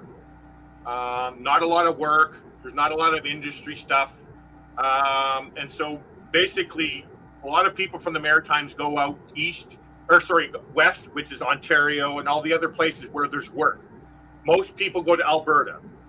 What happened was I was having a rough time in my relationship. I went out to Alberta to work in the oil rigs. I went out there, come back. My wife said, I'm leaving you for an American. She left me, brought my kids down to America, and that's where they've been since 2006. I said at that time, she's divorcing me. I need a new life. So where did I go? I was in that world like you are right now. I'm free to do whatever I want. I decided to come out to Vancouver, where I've never been before. And I've been here ever since 2005, man. I love it out here. This is my home. This is the most beautiful place on the planet to be. It's expensive, but I love it out here, man. And so, yes, Maine. We used to go to Maine, even including my sister Cindy here. We used to go down to the States and Christmas shop every year. That was a big thing, going down to the state of Maine. Yep. Yeah. Anyway, I got to get going, Mike. All right. Great talking to you. Please keep in touch. Yes, definitely. And Definitely. we'll make a meetup. Thank you, everyone, for tuning in today. Thank you, Mike, for sharing everything that you've shared here today. We appreciate you. And we hope you have a great time and great week. And we'll talk to you again. Okay. So I do have what do you call it? Trivia coming up. I don't know if you know much about Canadian trivia, but that's what we're having. It's all fun anyway, right? Exactly. So I always participate in the chat, never on the app. I know that. Thank you very much, Mike, for coming up on the panel, and I appreciate it. Everyone in chat, thank you so much. Come check out the trivia Monday night at let me see. Oh gosh, I'm brain freezing on my times. Let me do my outro, then we'll do it this way. We go live every Saturday with the Cognitive Nomad Show at 2 p.m. Eastern or 11 a.m. Pacific. We want to thank you all for your love and support. We appreciate you all. Larry and Anna from Cognitive Nomad.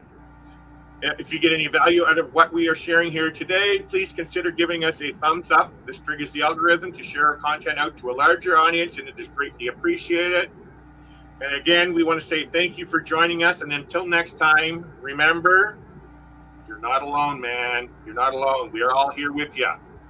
So anyway, Mike, take care, friend. Be well, and we'll talk to you later. All right. And my own.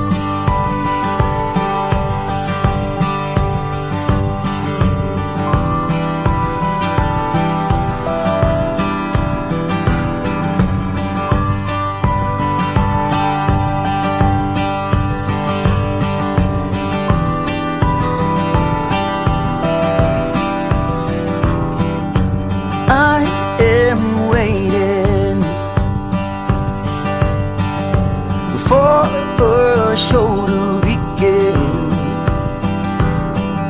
and I am hoping for a draw and not for a win,